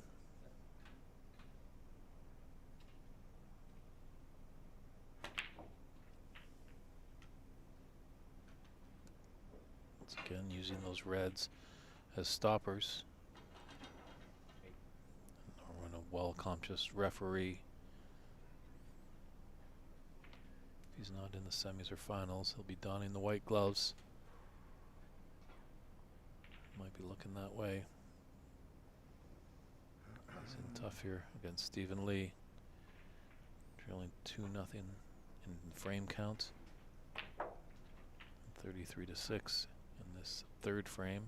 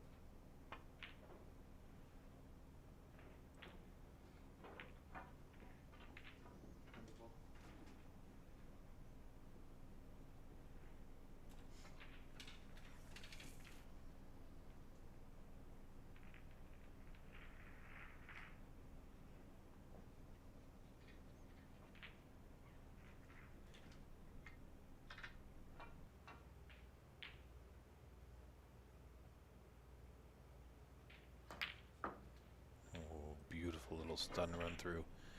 Great example, as you can see that from our overhead shot, just stunned it into the red ball and then rolled ever so gently to be nicely on the black.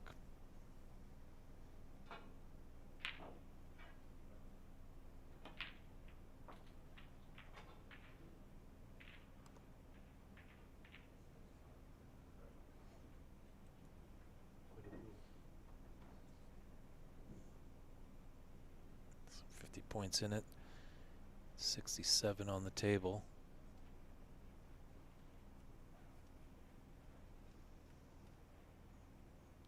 Just needs red color red.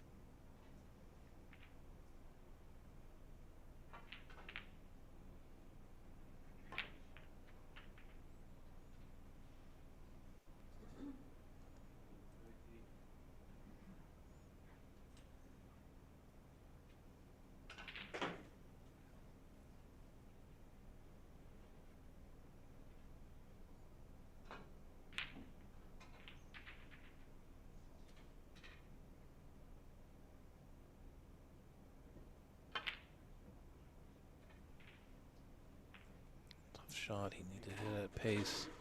Surprised he maybe didn't go for the green pocket, but the door is open. What is Norma going to do while he's in the room?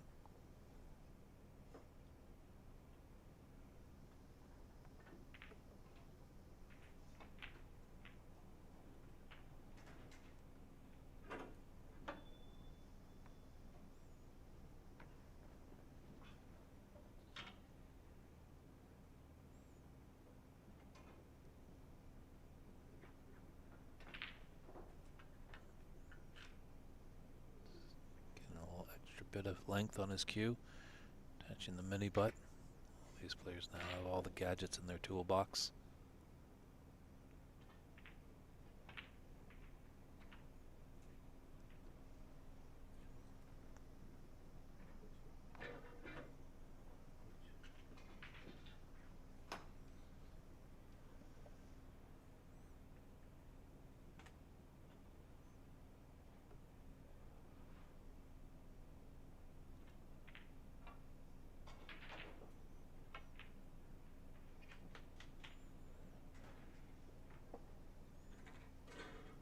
Nice response here by Norman.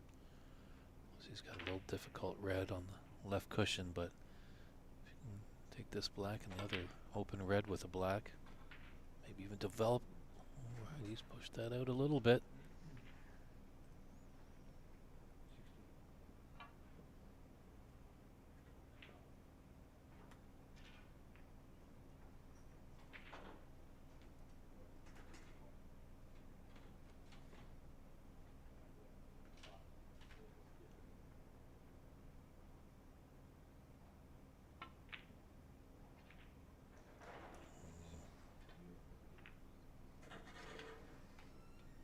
Love to have that shot back.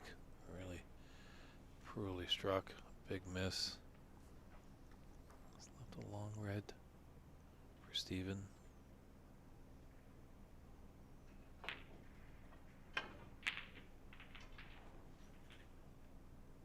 Well, he was quite wide on that shot too.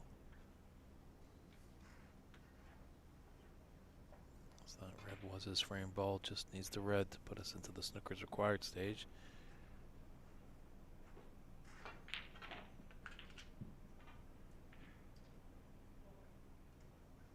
Obviously Norman would just need one snooker, and it's a nice little wall there with the brown and green.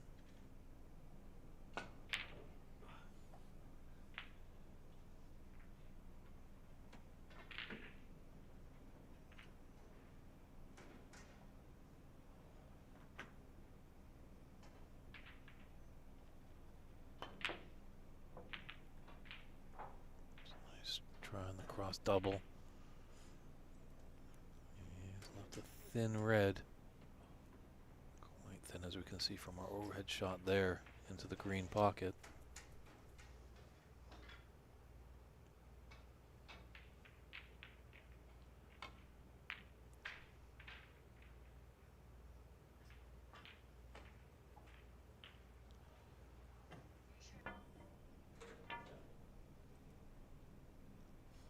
This might be curtains in this frame.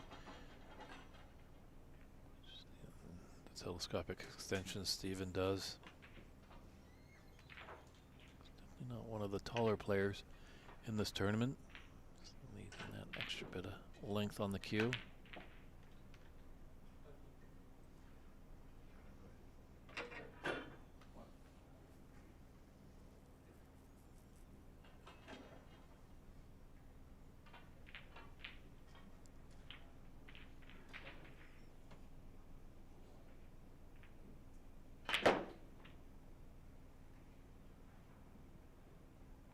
Where's this white-headed? Unbelievable luck.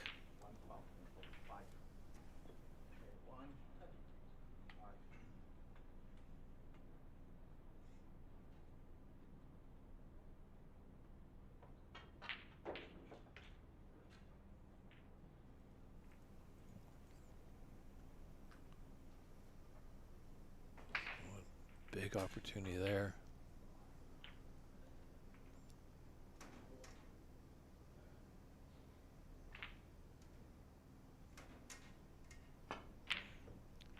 Red that Steven got was putting Norman in the snooker's required stage. Obviously, blue was increasing the amount of snookers that he needed. Going in off the blue. Obviously, the blue points does not count for the pot, as the white ball went in, and ooh, again he goes into that corner pocket. All day long we've seen players struggle putting their object ball into these corner pockets, but it seems to be a magnet for the cue ball, especially for Steven Lee.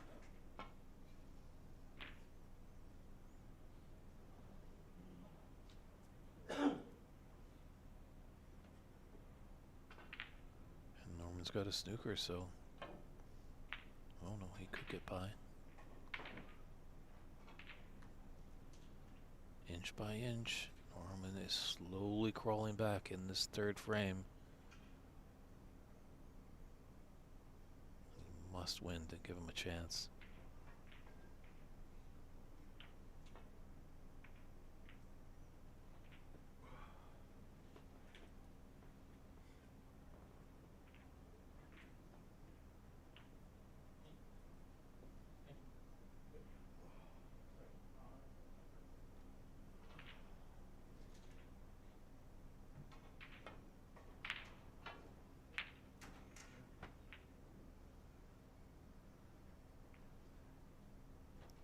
Something horrendous happened there.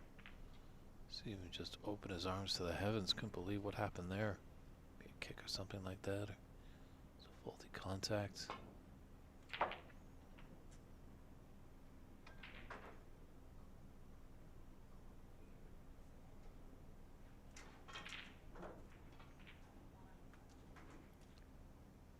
Well, Norman definitely would like to get at least a color here. Looks like he's going to try and take the black into that green pocket. Very nicely struck. He's only 19 behind with 27 on. If he had missed the color, he would have been 26 behind with 27 on the table.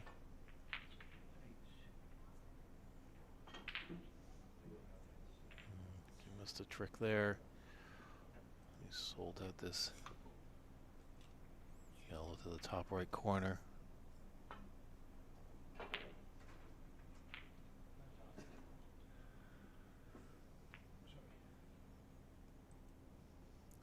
Maybe a little later in that day, that shoulder has started to bother Steven a bit.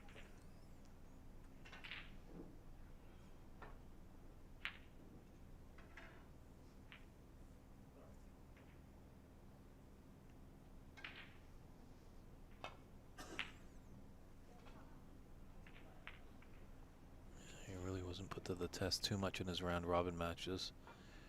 Earlier today, Charlie Brown drew first blood, taking the first frame. Looked like we were going to be in store for a blockbuster affair, but then Steven won 4 in a row and just dispatched the Canadians' hope of taking home the $10,000 and the trophy of the 2025 Embassy Snooker Open champion.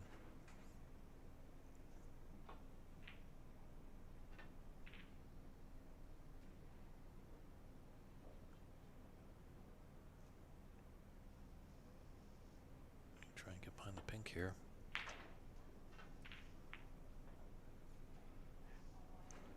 Decent effort.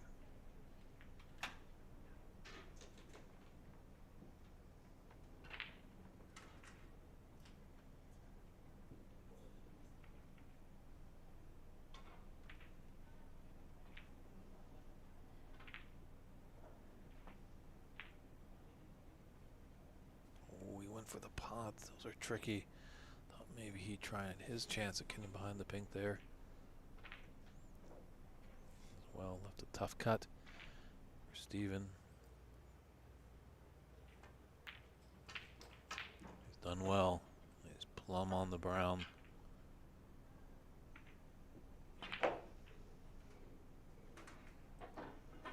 Just needs to pull up a bit.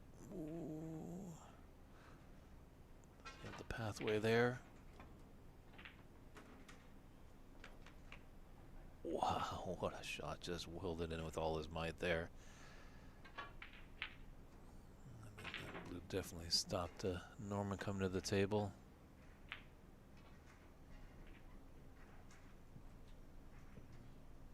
Norman just come and take a look at the scoreboard. See where they are at, and he concedes there, so Norman was in a must situation to win that. Now he has to win the next frame. Can he do it? We'll step aside and come right back with frame 4. Will it be a whitewash, or are we in store for more dramatics here at the 2025 Embassy Snooker Open? 没办法，那个是没办法啊！你看到你看到这么多，你看到你人均手全部都在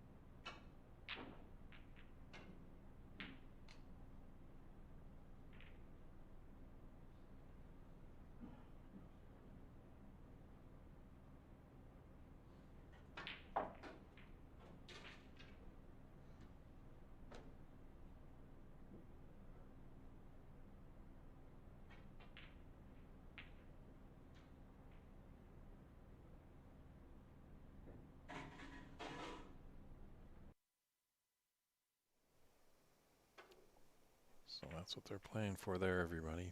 $10,000 to the champion, the silverware. Beautiful trophy. Runner up gets 5,000, 2,500 for both semifinalists that don't make it into that final. It's not a bad paycheck for a couple of days' work. $1,250 for the quarterfinalists. And we do have a gentleman, the defending champion, Renat Danka, has a 109, so he is in line potentially for that $1,000 high break prize. But we're back here. Frame 4, Norman's set to break off. A frame he has to win. He's going to be going home tonight, but we'll definitely see him tomorrow donning the white gloves. But let's see if Norm can make a match of it.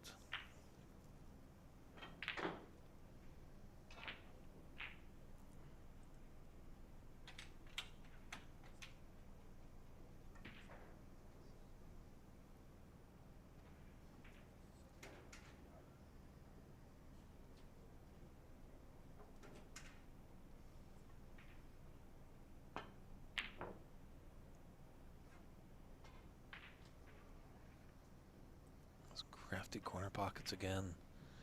Rattling object balls and spinning out, but they'll definitely take a cue ball from time to time.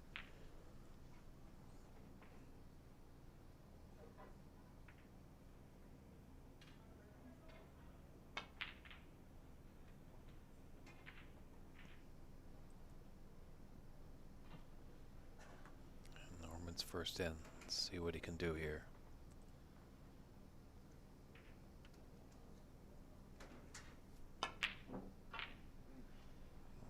Unfortunately, you can just get the one red. He's gifting Stephen a great opportunity to start. Can draw back and be on the black into the same pocket.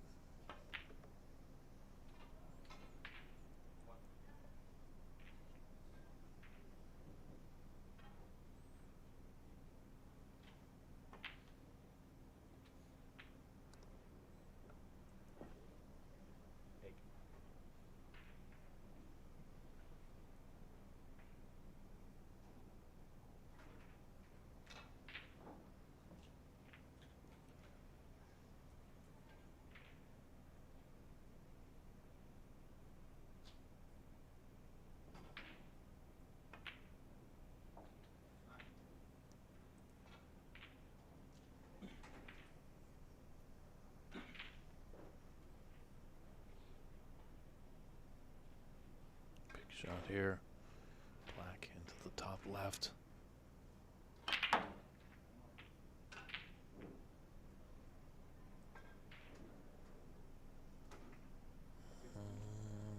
know if he's going to kind of give me all this. Right above the black. It's got a little bit of difficulty as that green is acting a little bit of a nuisance. Take this red into the yellow pocket that's left of the blue.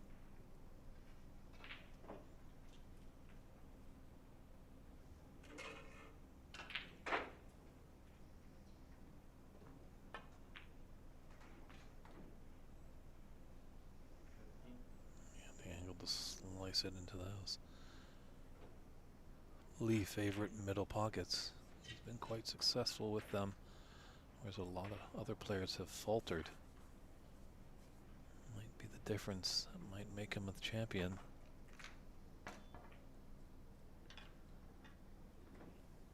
Looks like we do have a result between Jackie Wee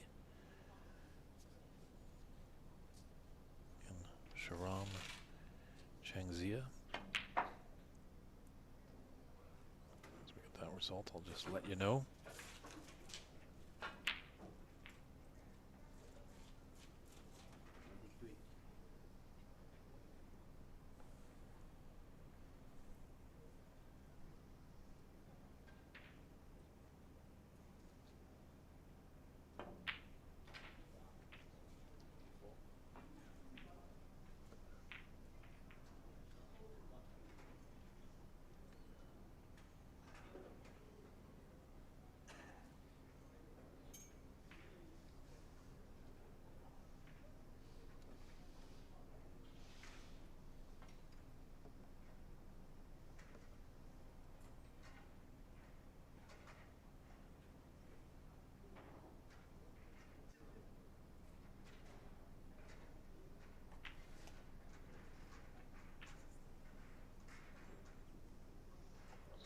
our first semifinalist. Sharam is in.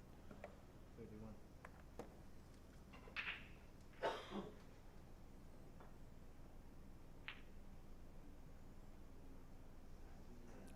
This man at the table right now is on the verge of joining him.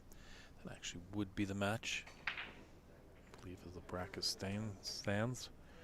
Sharam would be battling Mr. Stephen Lee if he's victorious, but definitely Norman wants to stop that from happening.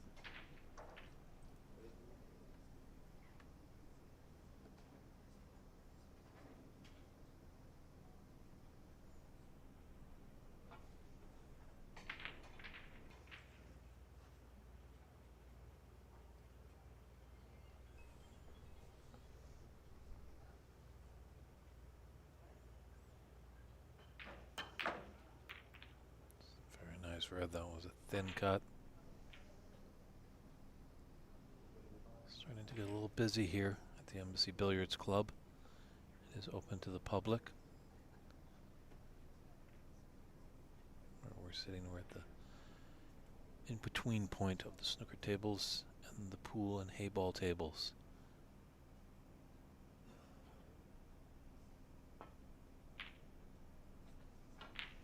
Some players might have to contend with a little bit of noise in the background.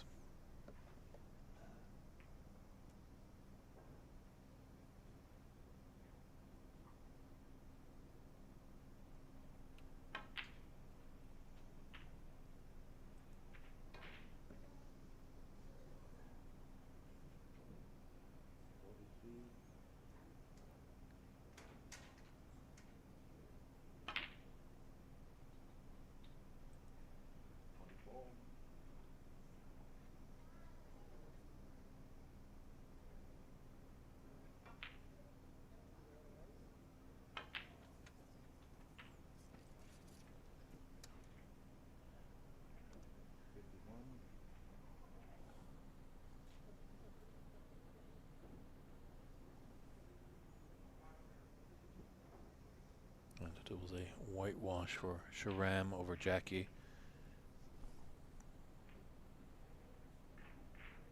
Sharam only had a half-century 55 break in the second frame.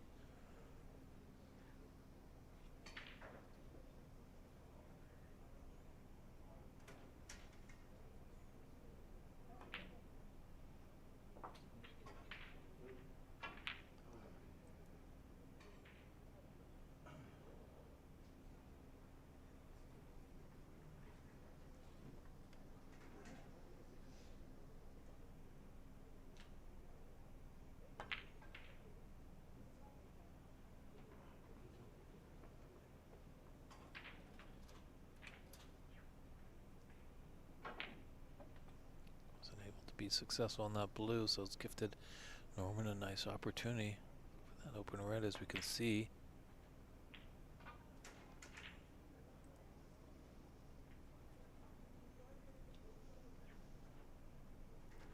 Let's start to develop the red that's closest to the pink spot.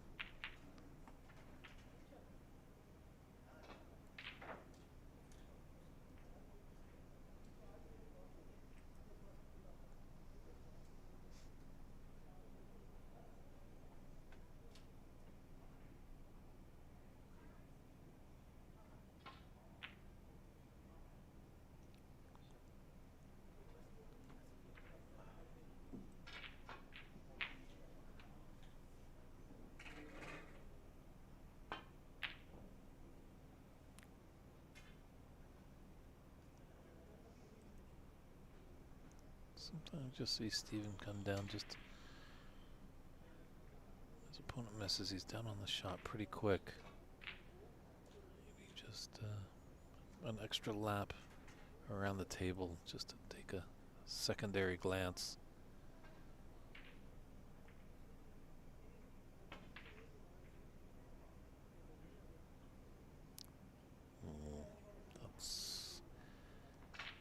That might be his last shot. That's not a great effort there by Norman.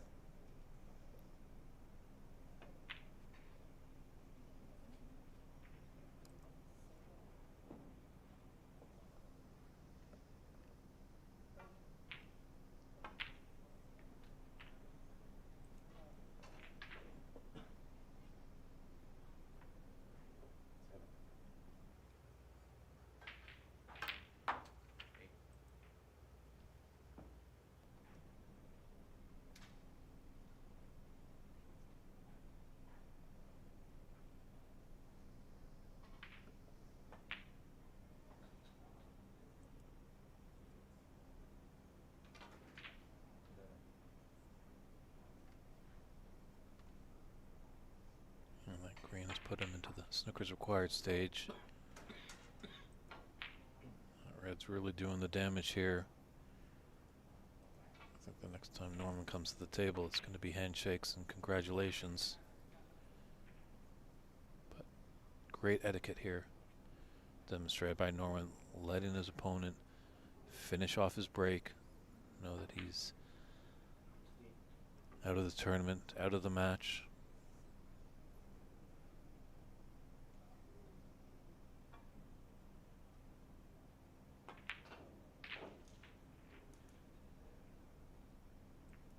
It'd be nice to see if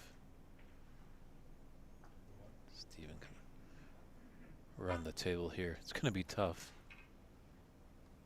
This will be some red, thin down into the top left.